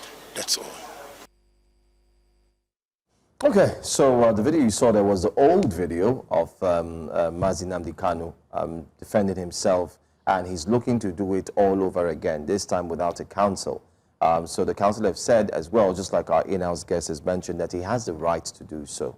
So for all those who are on social media arguing that he shouldn't have done so, well, he has the right. The question now would be, he has 6 days to prove what he wants to prove. But we'll go on a break. When we come back, we'll look at the illegalities regarding this, because there are certain lawyers who feel that there's a lot of illegal processes that's been following this entire journey.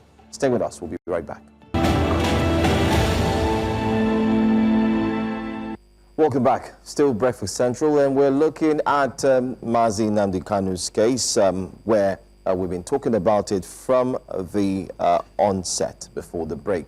Our guest is, of course, one who has broken down some of the major points, a constitutional lawyer, and of course, legal luminary, Olive, who also is one, would share her thoughts in the process. But then again, yes, Barrister Jide Ologun. Let's look at the case of rendition, extradition, which has been in a long conversation throughout this entire case. How Mazi Nnamdi Kanu was picked from Kenya and brought down to Nigeria, and how his defense have continued to say that it was wrongfully done. Therefore, this has affected the way judiciary is being looked at. You know, even the Supreme Court commented on that, because you would have heard people saying, oh, the Court of Appeal said it should be released. And yes, the Court of Appeal said so, and that the charges against him be quashed. But the federal government proceeded to the Supreme Court. And since 1963, when we became a republic, Supreme Court remains the highest court in the land. And the Supreme Court said, even though we agree that he was recklessly brought to Nigeria from Kenya, then institute a legal case to that effect. Civil, that's a civil matter. But we are saying that there is also a criminal matter here. Allegations of terrorism and treasonable felony. Proceed with that. So you see where we are now. Proceed with that. And that is why the trial resumed again. And now prosecution brought 5 witnesses in that respect to establish a case that, okay, he has been involved in acts of terrorism and, you know, so, and you now have the right to defend yourself. So the decision of the Court of Appeal had been knocked off by the Supreme Court. And of course, that is the power of hierarchy, because the Supreme Court is the highest court. So now the matter can still be escalated to the Supreme Court from where it is right now. I'm not preempting what the decision of this court will be. Or if any party is not satisfied, party can further appeal on it. So let's clarify that. So the issue of how he was brought into Nigeria is still there, unresolved. And many of us have expressed our concerns about that. But I recall in the days of the Second Republic, after the Second Republic, when Umaru Diko was put in a crate to be ferried to Nigeria. So those are diplomatic issues. I mean, not many are happy about the way he was brought into Nigeria. But right now, again, like he mentioned in the video we saw earlier, how they invaded his home and he had to jump bail and things like that. So, and that's why he's been repeatedly denied bail again. There are several issues to look into here, and the big surprise now is why he does not want to be defended by some legal practitioners who are willing to defend him. So we are monitoring as we allow the court to decide over. Like I asked you before, what are the inherent risks in defending himself, and does he still have room to change his mind? He has room to change his mind, but you see, like I said, what is on the table now is the issue of timing. Whether the court will allow all those timing and things like that is what I cannot speak over. But he can change his mind today and say, okay, let me bring back my counsels. And that is if those lawyers now agree to return, you know. So, and for those who have been monitoring this matter, there was even a time he told his lawyer to sit down in the court, and, you know, he's used to addressing the court directly. So maybe we have some special skills and knowledge we are not aware of. But at least basically, in the eyes of the law, he's been offered the opportunity to defend himself, because when you are arraigned for alleged crime, you either plead guilty, which fast tracks the whole process, or you plead not guilty. So, and when you plead not guilty, you'll be confronted with prosecution, and then you now defend to establish before the court that you are not guilty. Innocent. And if you are found not guilty, you are released. Again, we also have what we call the weak prosecution. I've said it, in the criminal justice ecosystem, you need thorough investigation, you need diligent prosecution before a committed judiciary. And in the case of Ayodele Fayose, the former governor of Ekiti State, he was arraigned, you know, on allegations of embezzling state funds and things like that. But due to weak prosecution, he was discharged and released to go. So those are issues. But here right now, it appears that there has been a diligent prosecution. Now you defend yourself in the matter. And like I said, it's a very sensitive thing for even the president, those who are saying, oh, political resolution, because the personality that is the subject matter of the political resolution himself is being confrontational. You know, so those so you don't see political resolution as an option? I've explained the political resolution because the political resolution also will be judicial in nature, which means the Attorney General of the Federation can rise up today and say we are withdrawing the charges against Nnamdi Kanu, and he will be released. It has happened before, but now again, there's a sensitive issue. We are talking of acts of terrorism against the state. We are talking of treasonable felony. These are serious allegations. And don't also forget that on the international stage, Simon Ekpa had been convicted far away in Finland in matters related to what we are discussing here. You know, so because if you look at the case of Nnamdi Kanu, he established IPOB, Indigenous People of Biafra, in year 2012, and started, you know, established this Radio Biafra invading the space. In fact, that was one of the big issues the former President Anambra had to deal with when he became the president. I remember commenting then that there's a thin line between peaceful protests and violent protests, and eventually he was arrested, granted bail, and we had Honorable Abaribe, the senator, standing as surety before he jumped bail, and he was brought back. And also remember that in 2017, IPOB was proscribed by the government of Muhammadu Buhari. So, and then he's been brought back, he's been incarcerated since 2021, you know, and here we are right now. I'm glad you mentioned protests, because that brings us to where we are today. Just recently, there was a protest in the Federal Capital Territory calling for his release, and the Nigerian Constitution does guarantee citizens a right to peaceful protest, but we saw that a court order was sought by the Nigerian police that restricted the protest to certain areas. Does the Constitution allow us to be able to pick and choose what sort of freedom of protest we have? What does it say about restricted protest? And the fact that the convener of this protest, the leader, Omoyele Sowore, has now been arrested by the police. What's the stand of the law with regards to this? By virtue of Section 40 of the Nigerian Constitution 1999 as amended, you have the freedom of association, and under the same Chapter 4, freedom of expression. But that also is subject to the obligation of the government to ensure we have a peaceful environment as citizens. And in this particular case, the police went to court to seek an order by ex parte means to prevent that protest, which the judge did not grant. That no, put the other party on notice. And eventually the date given was ahead of the date of the protest, and the protest held.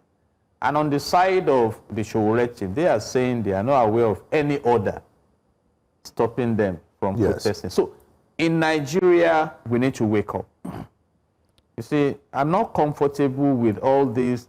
We've now seen the order, and the CTC is not ready, we are waiting for this. You see, it ridicules the rule of law.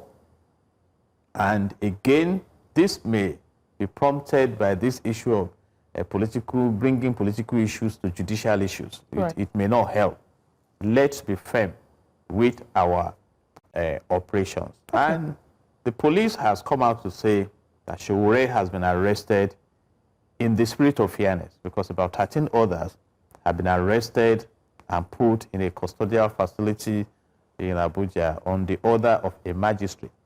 And they have confessed that Omoyele Sowore led them to the restricted area. So if we have arrested them and kept them, you also should come and join them. As their leader. So, and for inciting public disturbance and going to a restricted area. And then I want to wait and see how, if they are arraigned, those allegations will be established. I want us to quickly, we have less than 2 minutes, to talk about Aloy Ejimako, one of his lawyers who was arrested during the protest. Part of the statements we've seen, some people say that he has contravened the position of the law and the legal ethics by participating in a protest that may force the hand of the judiciary in a case that he's involved in, which is why they are justifying his arrest. There are others who think he is a citizen of Nigeria, first of all, and has a right to protest and put his weight behind any cause. What do you think the correct position is? You know, that is referred to as sub judice in law. You see, from the facts we now have and we have seen, Ejimako is not in the main team of the defense counsel. So it's just a special counsel to Nnamdi Kanu. He's not the only counsel. And no law in the constitution or otherwise says a lawyer cannot protest, you see. And no law says that you cannot challenge the motive of the protest. So he has gone to express himself and he has been arrested. So let's see who can prove what if they are arraigned. And basically, let's go beyond these judicial issues.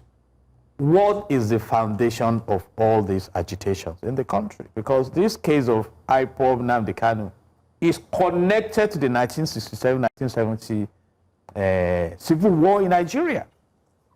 Have those agitations been addressed? You see, that's why the case is sensitive. If people are agitating around the country, in the north, you know, recently I was reading about marginalization in the north and everything. So maybe on the large scale, the government should sit down and look at how we can create commonwealth for common good and address some of these issues. It's not just in Nigeria that we have agitations, but then I think we are too blessed as a nation to have this as major issue in our country. The motto of the Federal Republic of Nigeria says unity, peace, unity, faith, peace and progress. So how can we develop that? Otherwise, we'll just be busy discussing and focusing on, you know, things that should not occupy our major attention. Leonard Senior, thank you for joining us this morning on Breakfast Central. It's my pleasure. God bless Nigeria. So God bless Nigeria. Truly. We're going to break now. When we return, we have breakfast headlines. Please stay with us.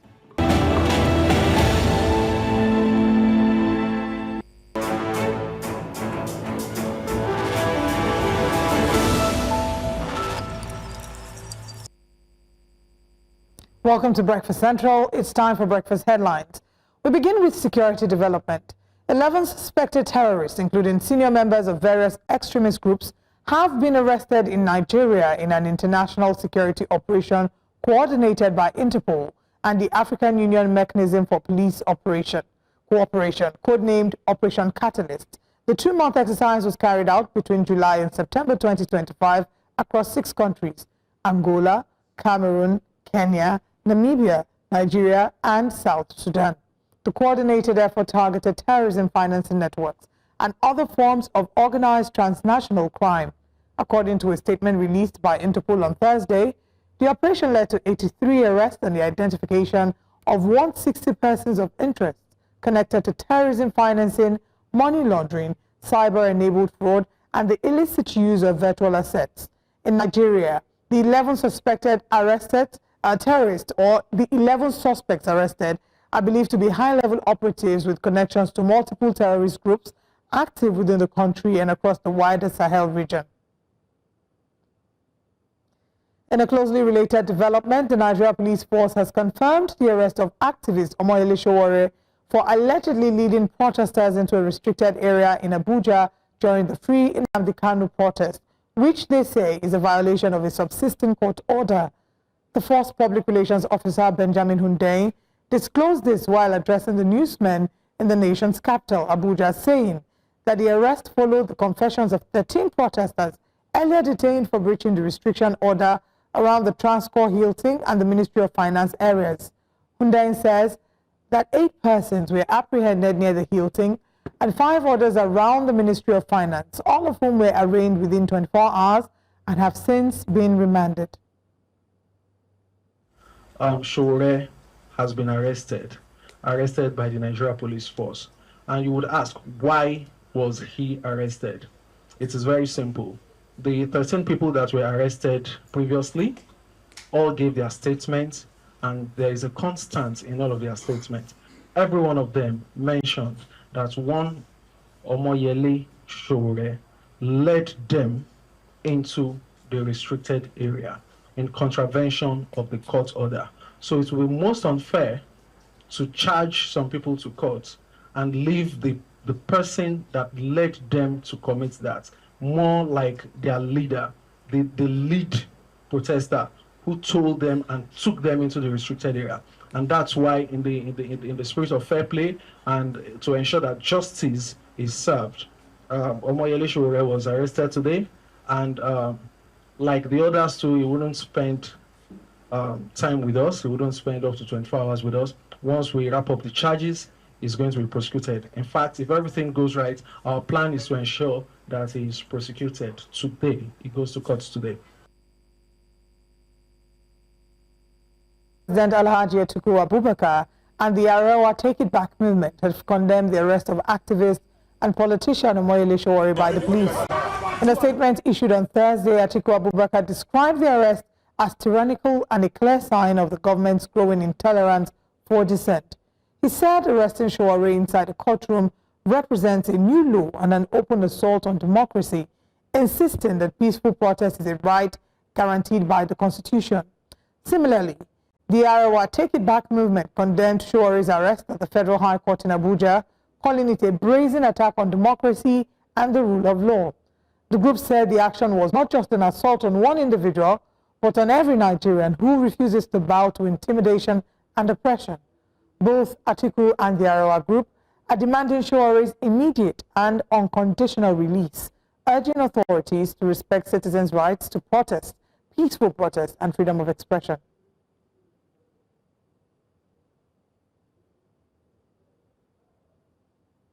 In Ivory Coast, voters head to the polls this Saturday as President Alassane Ouattara seeks a fourth term in office. The incumbent is widely seen as the overwhelming favorite to win amid a weakened opposition field. The opposition has denounced what it calls an unfair electoral process, pointing to the exclusion of two major contenders, former President Laurent Gbagbo and former Finance Minister Tijani Thiam. The disqualification has fueled criticism that the election lacks genuine competition, with major challengers sidelined. Analysts predict a comfortable victory for President Ouattara, though calls continue for calm, transparency, and inclusive governance as Ivorians cast their votes. On était à un moment important de l'histoire de la Côte d'Ivoire, ce moment-là où il faut choisir. Choisir, c'est ce jour-là, prendre son bulletin de vote, mettre, n'est-ce pas, dans l'urne, décider. Notre pays est arrivé à un moment de son existence qui est un moment historique. Est-ce que nous voulons désormais avoir un pays qui réalise les choses dont nous-mêmes nous avons besoin? Un pays dans lequel c'est nous-mêmes qui décidons de ce que nous voulons faire pour nous-mêmes d'abord, avant de faire pour d'autres. And that's all on Breakfast Headlines. We now continue with Breakfast Central.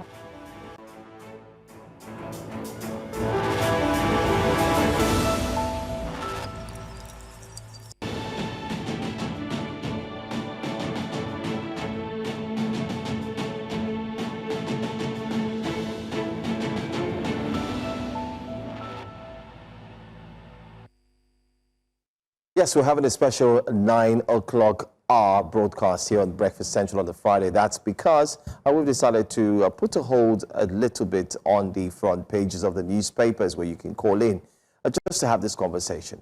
The Obidient Movement has publicly denied endorsing Governor Charles Soludo for a second term in office and has reaffirmed its backing for Dr. George Moghalu of the Labour Party.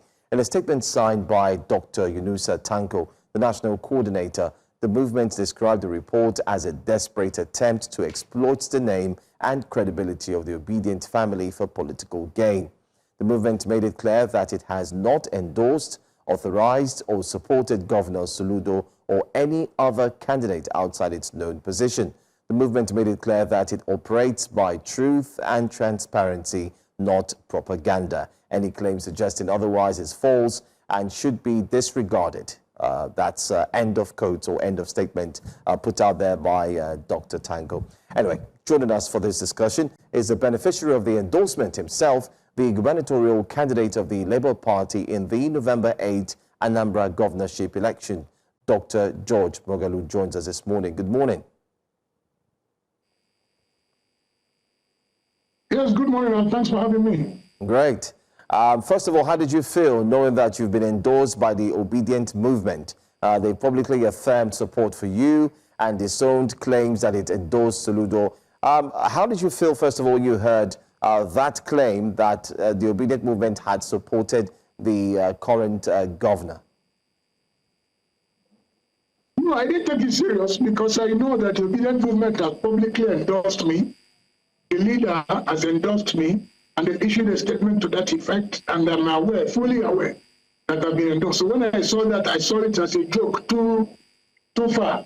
But I still had to ignore it because I knew that the Obidient Movement themselves will respond and present the actual position as it is, which I thank God they have done. All right. And I mean, let's talk about the fake news. I know you said it's fake news, but where do you think it emanated from, and what do you think the purpose of that, seeming fake intelligence about the endorsement of Mr. Soludo was?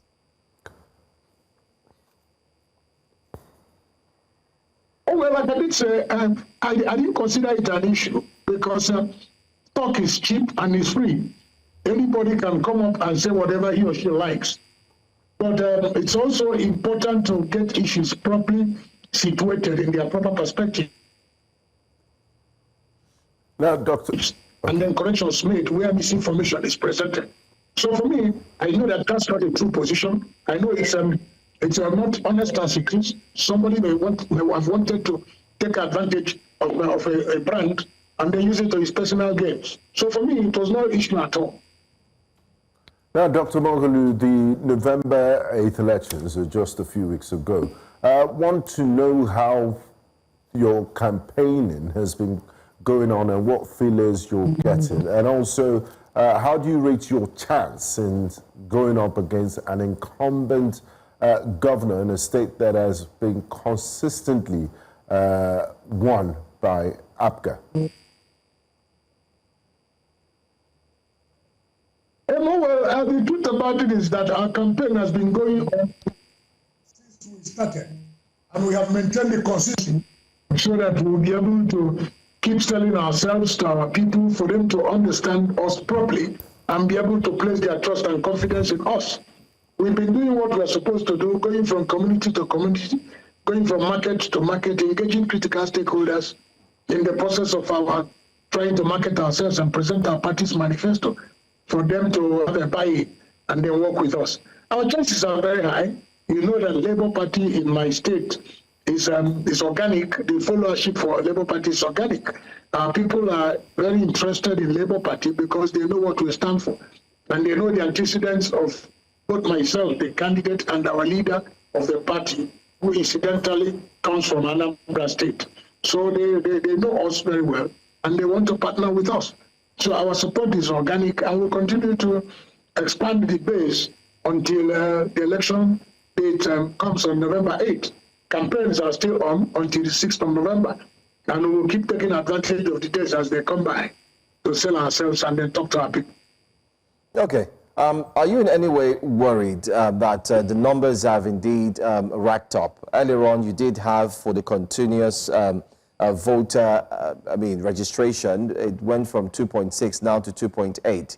Are you worried that the more the numbers, the harder it will be to manage different polling units, especially by Labour Party? I'm asking this question because prior to now, in 2023, this was highlighted as one of the challenges the Labour Party had, not having the right people to man different polling units, either in the gubernatorial or be it the presidential elections. So are you worried now over 2.8 persons or voters looking forward to the election? My worry is not about the numbers that keep coming in. I'm not worried about it. And it's fine. But my worry comes from the fact that what have we done to address voter apathy and the lack of interest of our people in the electoral process? And the reason, like I've tried to explain in many forums, is very simple. Our people have lost confidence in the electoral process and the electoral manager, which is INEC. So for me, that's why I keep saying that this is an opportunity for INEC to redeem its image. Our people have gotten to a point where they think their votes don't count. So why waste their time? If you check when we had 2.6 million registered voters, the incumbent governor was elected with just about 112,000. The total votes cast in that election was not up to 10% of the entire registered voters. What happened to the remaining 90%? It's a case of apathy. It's a case of lack of interest. It's a case of lack of belief in the electoral process. So we need to do something very drastic. And the only thing we can do is for INEC to organize a free, fair, credible, so that and unless the votes of people count, they will not be interested in the electoral process. Once we're able to resolve this, a lot of people will show interest as to whether we are going to man our polling units this time around. Labour Party in Anambra State, in line with an INEC directive, we have uploaded our agents and we're going to man all our polling units, all of them comprehensively. We're going to man them, we're going to have agents to man the electoral process. We are, as far as the Labour Party is concerned, we're going to do what is expected of us and then leave the rest to the electoral managers for them to be able to do what is expected of them. And once they do that, I can guarantee you interest will rekindle, more people will come in. So fortunately for us, the new man now at the stable in INEC, he has an opportunity to set a standard. He has an opportunity to show that he has the capacity and ability to deliver on a free, fair, and credible election come 2027. There seems to be a lot of action now, towards as we're inching towards the gubernatorial elections happening in a few days. At this point, I think we're counting days. There's a lot of action online. I had seen where they had said Mr. Soludo had broken the jinx. They talked about a public hospital in Fege, Onitsha South, the first public hospital there. Pipe-borne water, first time I saw in 25 years. pipe-borne water, first time in 25 years, even though that's been disputed, because there are those who are criticizing that, saying that Peter Obi, that there was Miri Obi at a point. So we're seeing a lot of actions online. And citizens cannot be deceived to think that, yes, the government might truly be working, but sometimes it's what we see online is just a means to convince citizens to vote them back into office. What are you offering in the Anambra that's different from what Mr. Soludo has given to the Anambra? We are offering quite a lot of things different. Let me begin this way. We have a manifesto which we consider a contract between us and the Anambra, a 12-point manifesto, which addresses all the aspects of governance and our living. We talked about security, we talked about education, we talked about agriculture, we talked about health, power generation, youth employment and empowerment, women empowerment. So we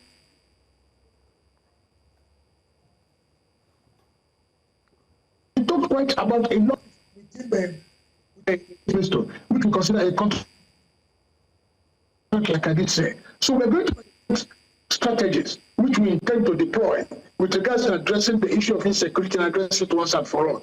We have also said a few things about our education, which we think we have to rejig completely, because as it is today, our educational standard has drastically dropped. I mean, drastically dropped, and something has to be done about it. I'll give you just a practical example. When P2B was governor of Anambra State was always first in anything that has to do with early educational contestation. Today, the last NECO result, Anambra came 26th out of 36. The last indices that was released on infrastructure that has to do with educational development, Anambra came 33 out of 36. This is unacceptable.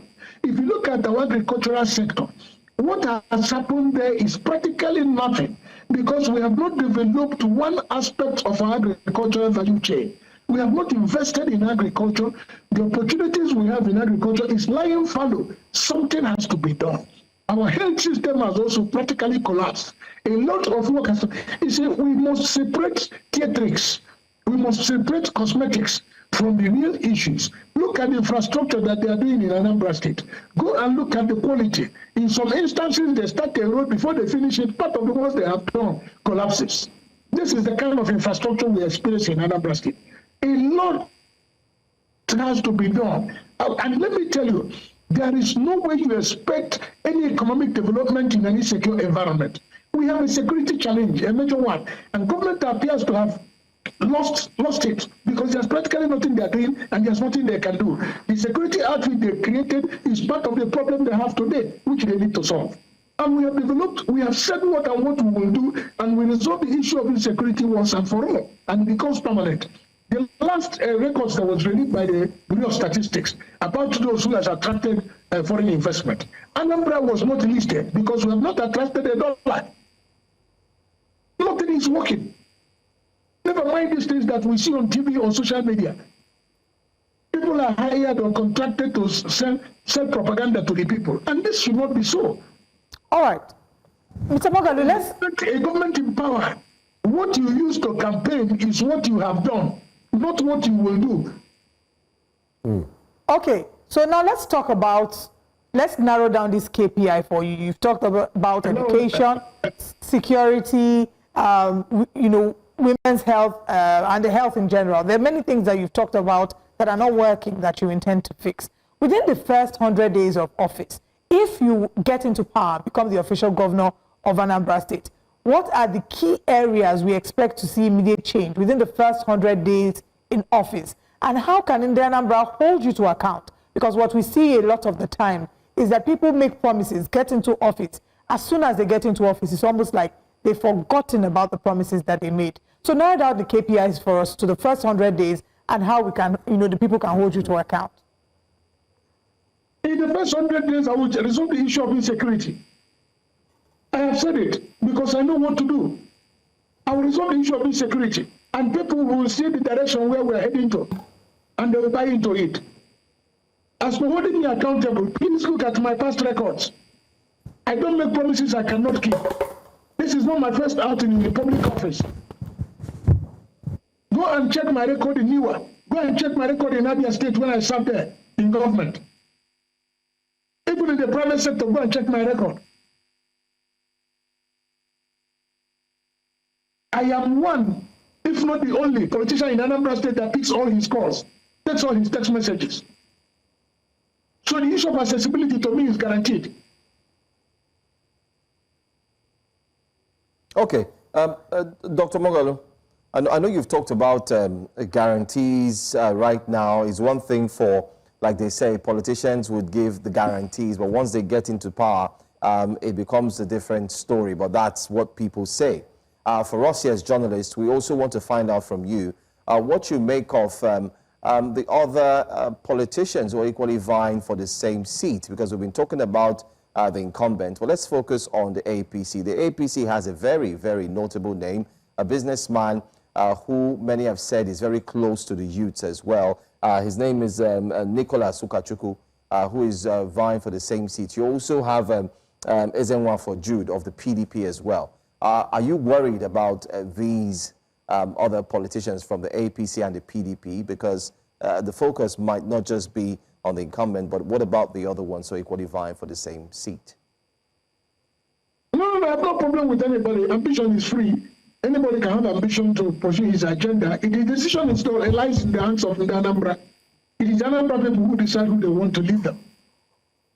So for me, anybody can. There are very many platforms. You just talked about two. There are about 18 of us in the race, and all of us are going to the same people.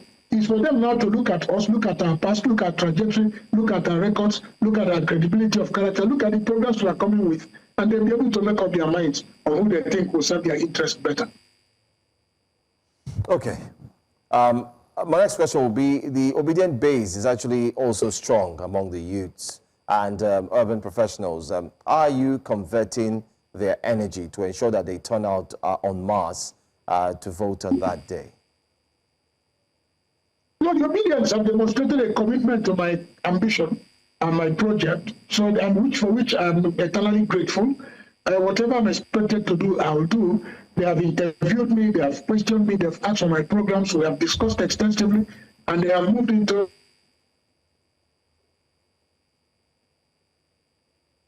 as possible. They know that it's important for me to win this election, and they are doing their best, for which I'm eternally grateful.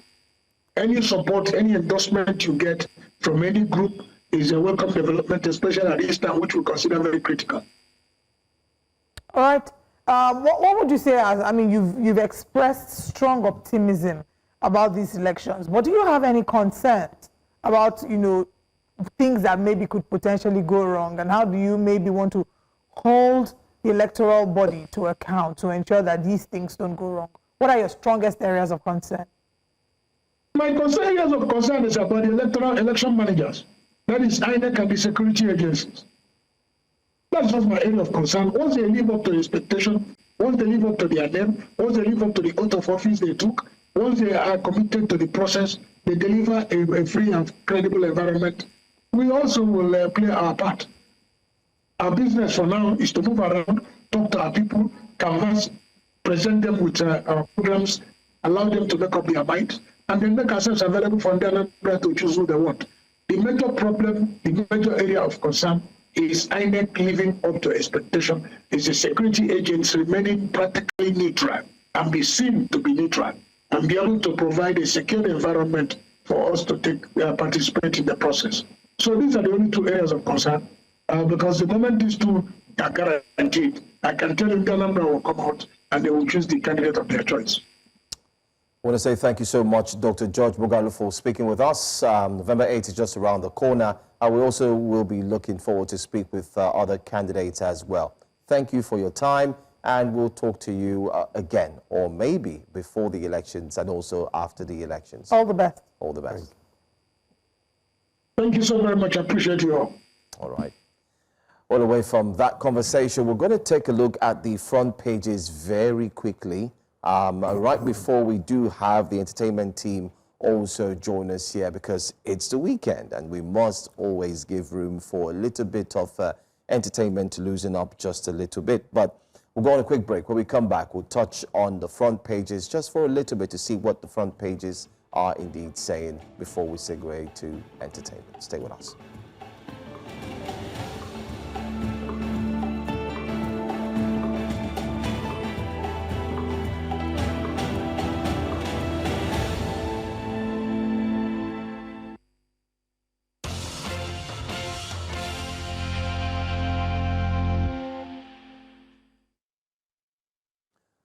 Welcome back. The front pages of the newspapers, we're starting off with Daily Independent. That'll be our very first paper this morning, so you can decide to chime in if you may and drop a comment or two via phone call.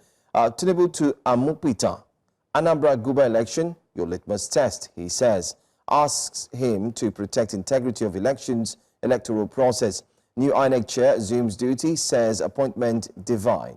Vows integrity of country's electoral process not negotiable. We'll also see more. Okowa still under corruption probe despite joining APC. EFCC says Nigerians have reacted quite differently to that one. Court orders INEC to prosecute minister over alleged forgery of poll results. Okay, all right. You find that story inside of the Daily Independent. And NEC okays Tinubu's plan to rejig security agencies' training institutions. Raises committee to oversee overall of training facilities. Asks governors to impact lives at grassroots level. Nnamdi Kanu defends self in court, sacks legal representatives. Okay, all right, I'm not going to take that one. Move to next story. Reps propose rent increase must not exceed 20% of existing rent. That formed the major topic of our conversation when we started the show. Also, I was saying it says PDP built. They put out a press release yesterday. And they said that he was there. He's the one who appended, who put his signature on that document when they all met. So how is it that he's coming out now to say it was forged? So there are two things there. Either while he was happy in the glare of the moment of laughing with fellow PDP members and signing and shaking hands, maybe he didn't read the document. That's one. Two, maybe it's something else. Maybe it's So how do we know the true position? Nobody knows, but they've put out a statement there. And you know what the court has said? I mean, the court has said this is a personal, this is a party issue. And they've made it clear in times memorial that when it comes to internal party wranglings or issues, you have to find a way to solve it, except it has to do with the law. But then again, that's another story to look into. Ritual killings, human trafficking on the rise. Lagos government and others. That's really scary. Ritual killings. So we're back to these old ages where people believe that you cut parts of a person's body and use it to make money. It's really sad. And that's why the Nigerian Film and Censors Board really clamped down on Nollywood movies that promote or project this sort of things. Because it does get into the mind of people who are not educated enough or who are ignorant of how things work. That, look, bald-headed people, their heads cannot produce gold, as it's as some people in Mozambique will believe it to be. So we need to really step up orientation and also education. Right. I mean, we have enough problems. This would not be a good addition to the list of problems we have. Okay, let's move now quickly to the Punch newspaper. The big story, Tinubu to Amupitan, make 2027 polls transparent and violence-free. New INEC boss steps in, vows to restore voters' confidence. Tinubu advises on reforms. Federal government launches nationwide crackdown on oil and gold smugglers. Assailants shoot shawarma vendor dead in Lagos. Why? Anambra poll, INEC team arrives for mock accreditation. Wealth means nothing without a good name, Kesenting Adebutu says. And I hope people know that. You can have all the money in the world. If you don't have a good name, what's the essence of your wealth? Medical tourism spending falls 52% under Tinubu, according to CBN report. We need to investigate this by next week. Producers, please take note. That's a conversation we should have. 2027, Jonathan faces mounting pressure to drop presidential bid. Has he collected it? The pressure is because the House... Has he even has he collected the bid in the first place? Nothing. That they are telling him to drop. So the speculations, speculations are rife based on the anticipation that it is because the former president has indicated interest to run in 2027, hence the reason why there's a probe over the billions that were collected to set up the CCTV cameras in Abuja, which never existed. And people are saying, oh, he's left office. Wait, since when?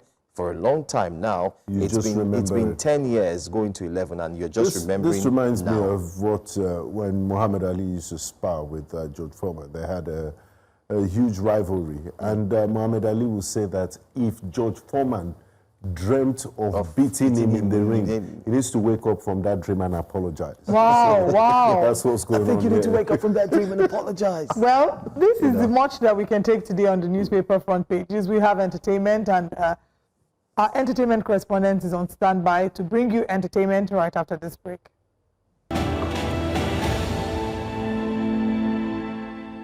What's a Friday without entertainment to kickstart the weekend? And what is entertainment without the finest entertainment correspondent? Talking about Sam Dandy, who's in the studio with us. Ladies and gentlemen, make some noise for Sam Dandy. I gotta be honest, my favorite part of doing this job. What? Wow, make some noise. Do you want to give a shout out to Sam Dandy?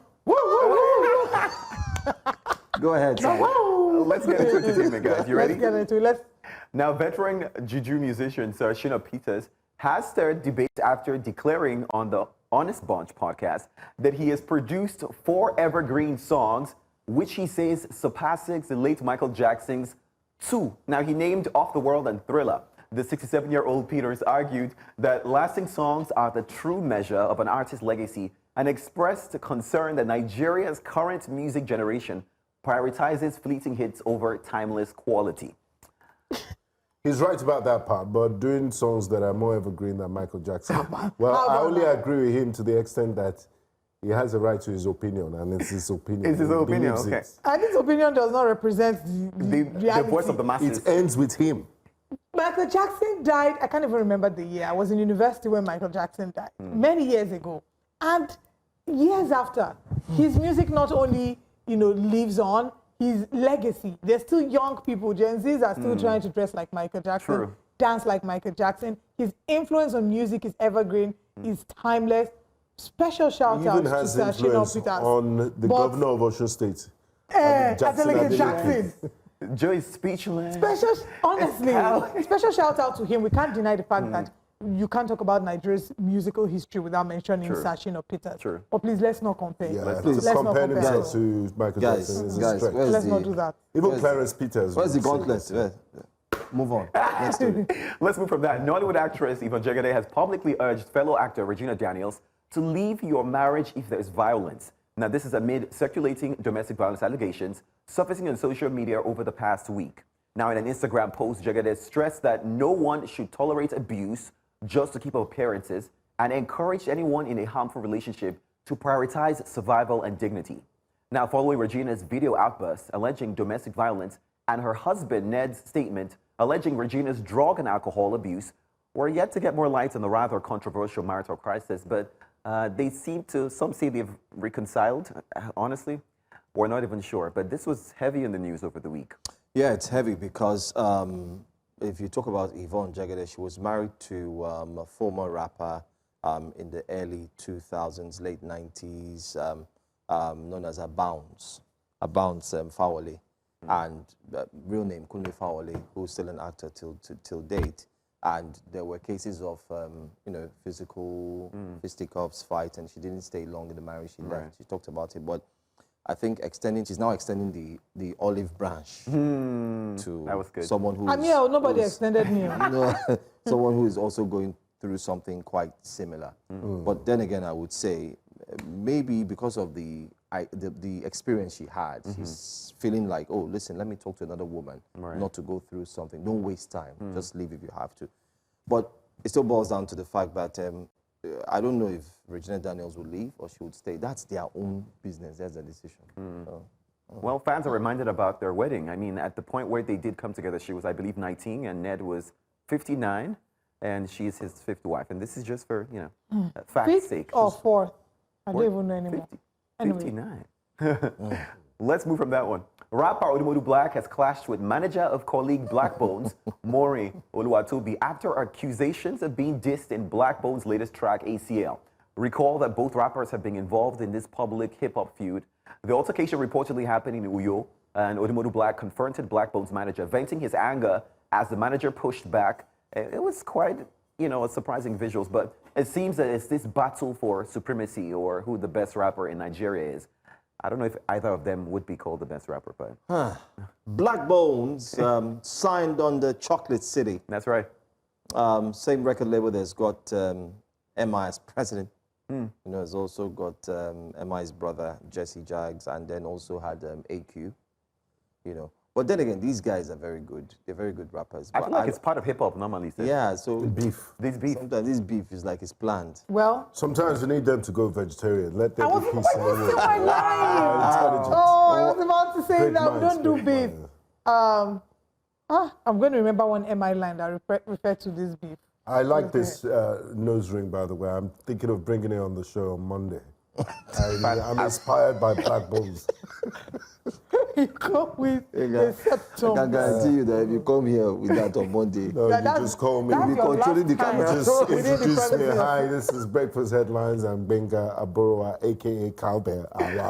They should have even just added earrings to it to balance it out. Let's move to our next story. Well, Odumodu is still in the news. Now, he made a bold statement. He claimed that the global Afrobeats movement has expanded beyond the familiar Big Three, of course, African giant Burna Boy, OBO, Davido, and Starboy Wizkid, and now has a Big Seven, driving the genre forward. Now, he included YBNO boss Olamide, Grammy-winning sensation Thames, Young Star, or should I say Afro-Rave Lord Rema, and Mr. Money with the Vibe Ashake.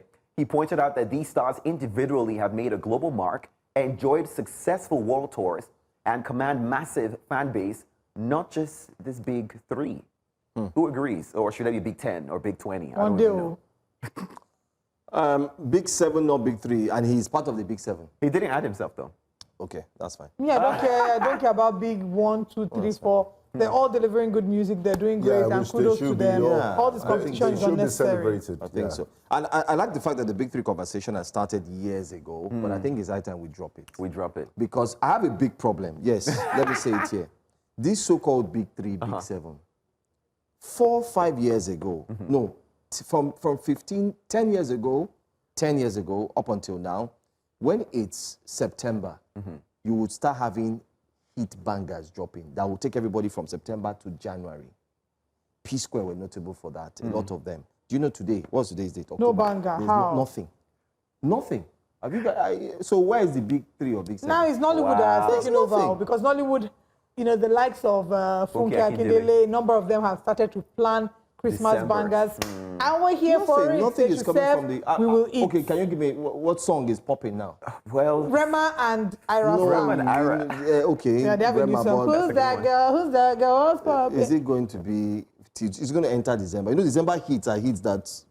To be honest, as an entertainer, I think what I'm happy about is the Grammy nominations dropping in November. Maybe that would give us Talk some to us joy. about that.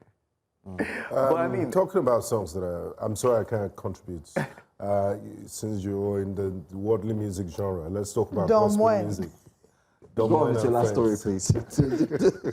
Hitmaker David Adelinke revealed that he is being appointed chairman of the Osun Sports Trust Fund by his home state government. The appointment is part of plans to channel his global influence into local sport development in Osun State, signaling a crossover between entertainment into civil engagement. Even though some critics question the suitability of, you know, David or the music star for this role, but I think it's a fantastic appointment. He has the star power. It's a sports trust fund. They're trying to raise money. So who better to advertise and to get his friends and billionaire friends like Cubana Chief Priest, Pascal Okechukwu, and friends to, you know, donate. So it's a good appointment.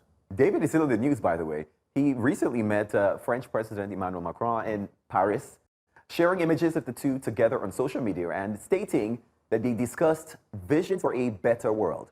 Now, the meeting highlights the growing cultural diplomatic presence of Nigerian pop stars, honestly, on the global stage, and, you know, discussions around African musicians and their international power.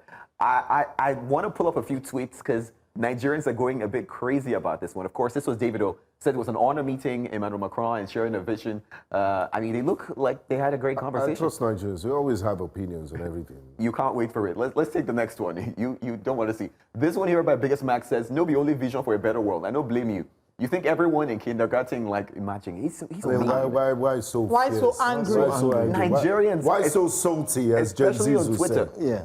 He said France is currently in financial crisis that heightening political tension in the country. And so he makes it look like it's strategic. You know, whatever Davido partners with France in African country will definitely not. I'm just like, God, I beg you. You know what? Let me give you one partnership Davido is going to do. Let me say it here. So when it happens, you see I said it. Okay. Please come back Davido on Joe's is face. going to be the chairman of the Osun Trust Fund, Okay. right? Osun Sports Trust Fund. He's going to get PSG to come and play in that stadium when they are done with that stadium.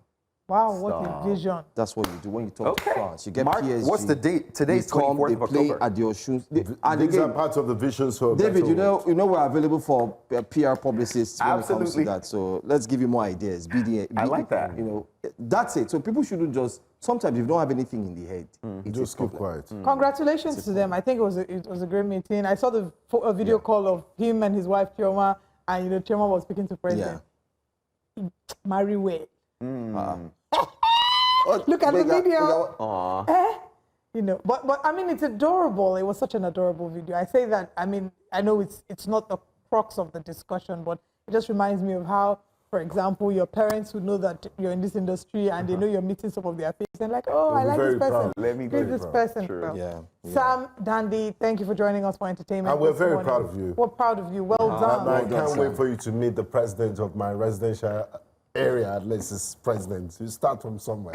Wow, I'll take it. Sam did an interview with Waje, by the way. Oh, You should yes. check it out. Oh, yes. It's fantastic. And, I'm you know, looking forward to that. we look forward Check to it seeing that, and you're seeing you on E! 4:30. At 4:30 p.m. All entertainment stories. Today. All right. There's fresh ones. As we wrap up Breakfast Central, I want to give a special shout out to Auntie Faye. Don't put your hand in my shot, please. I want to give a special shout out to Auntie Faye, who's turned 50 5 years of being on earth. Thank you for being a blessing. I love you very much, and I wish you a very, very happy birthday.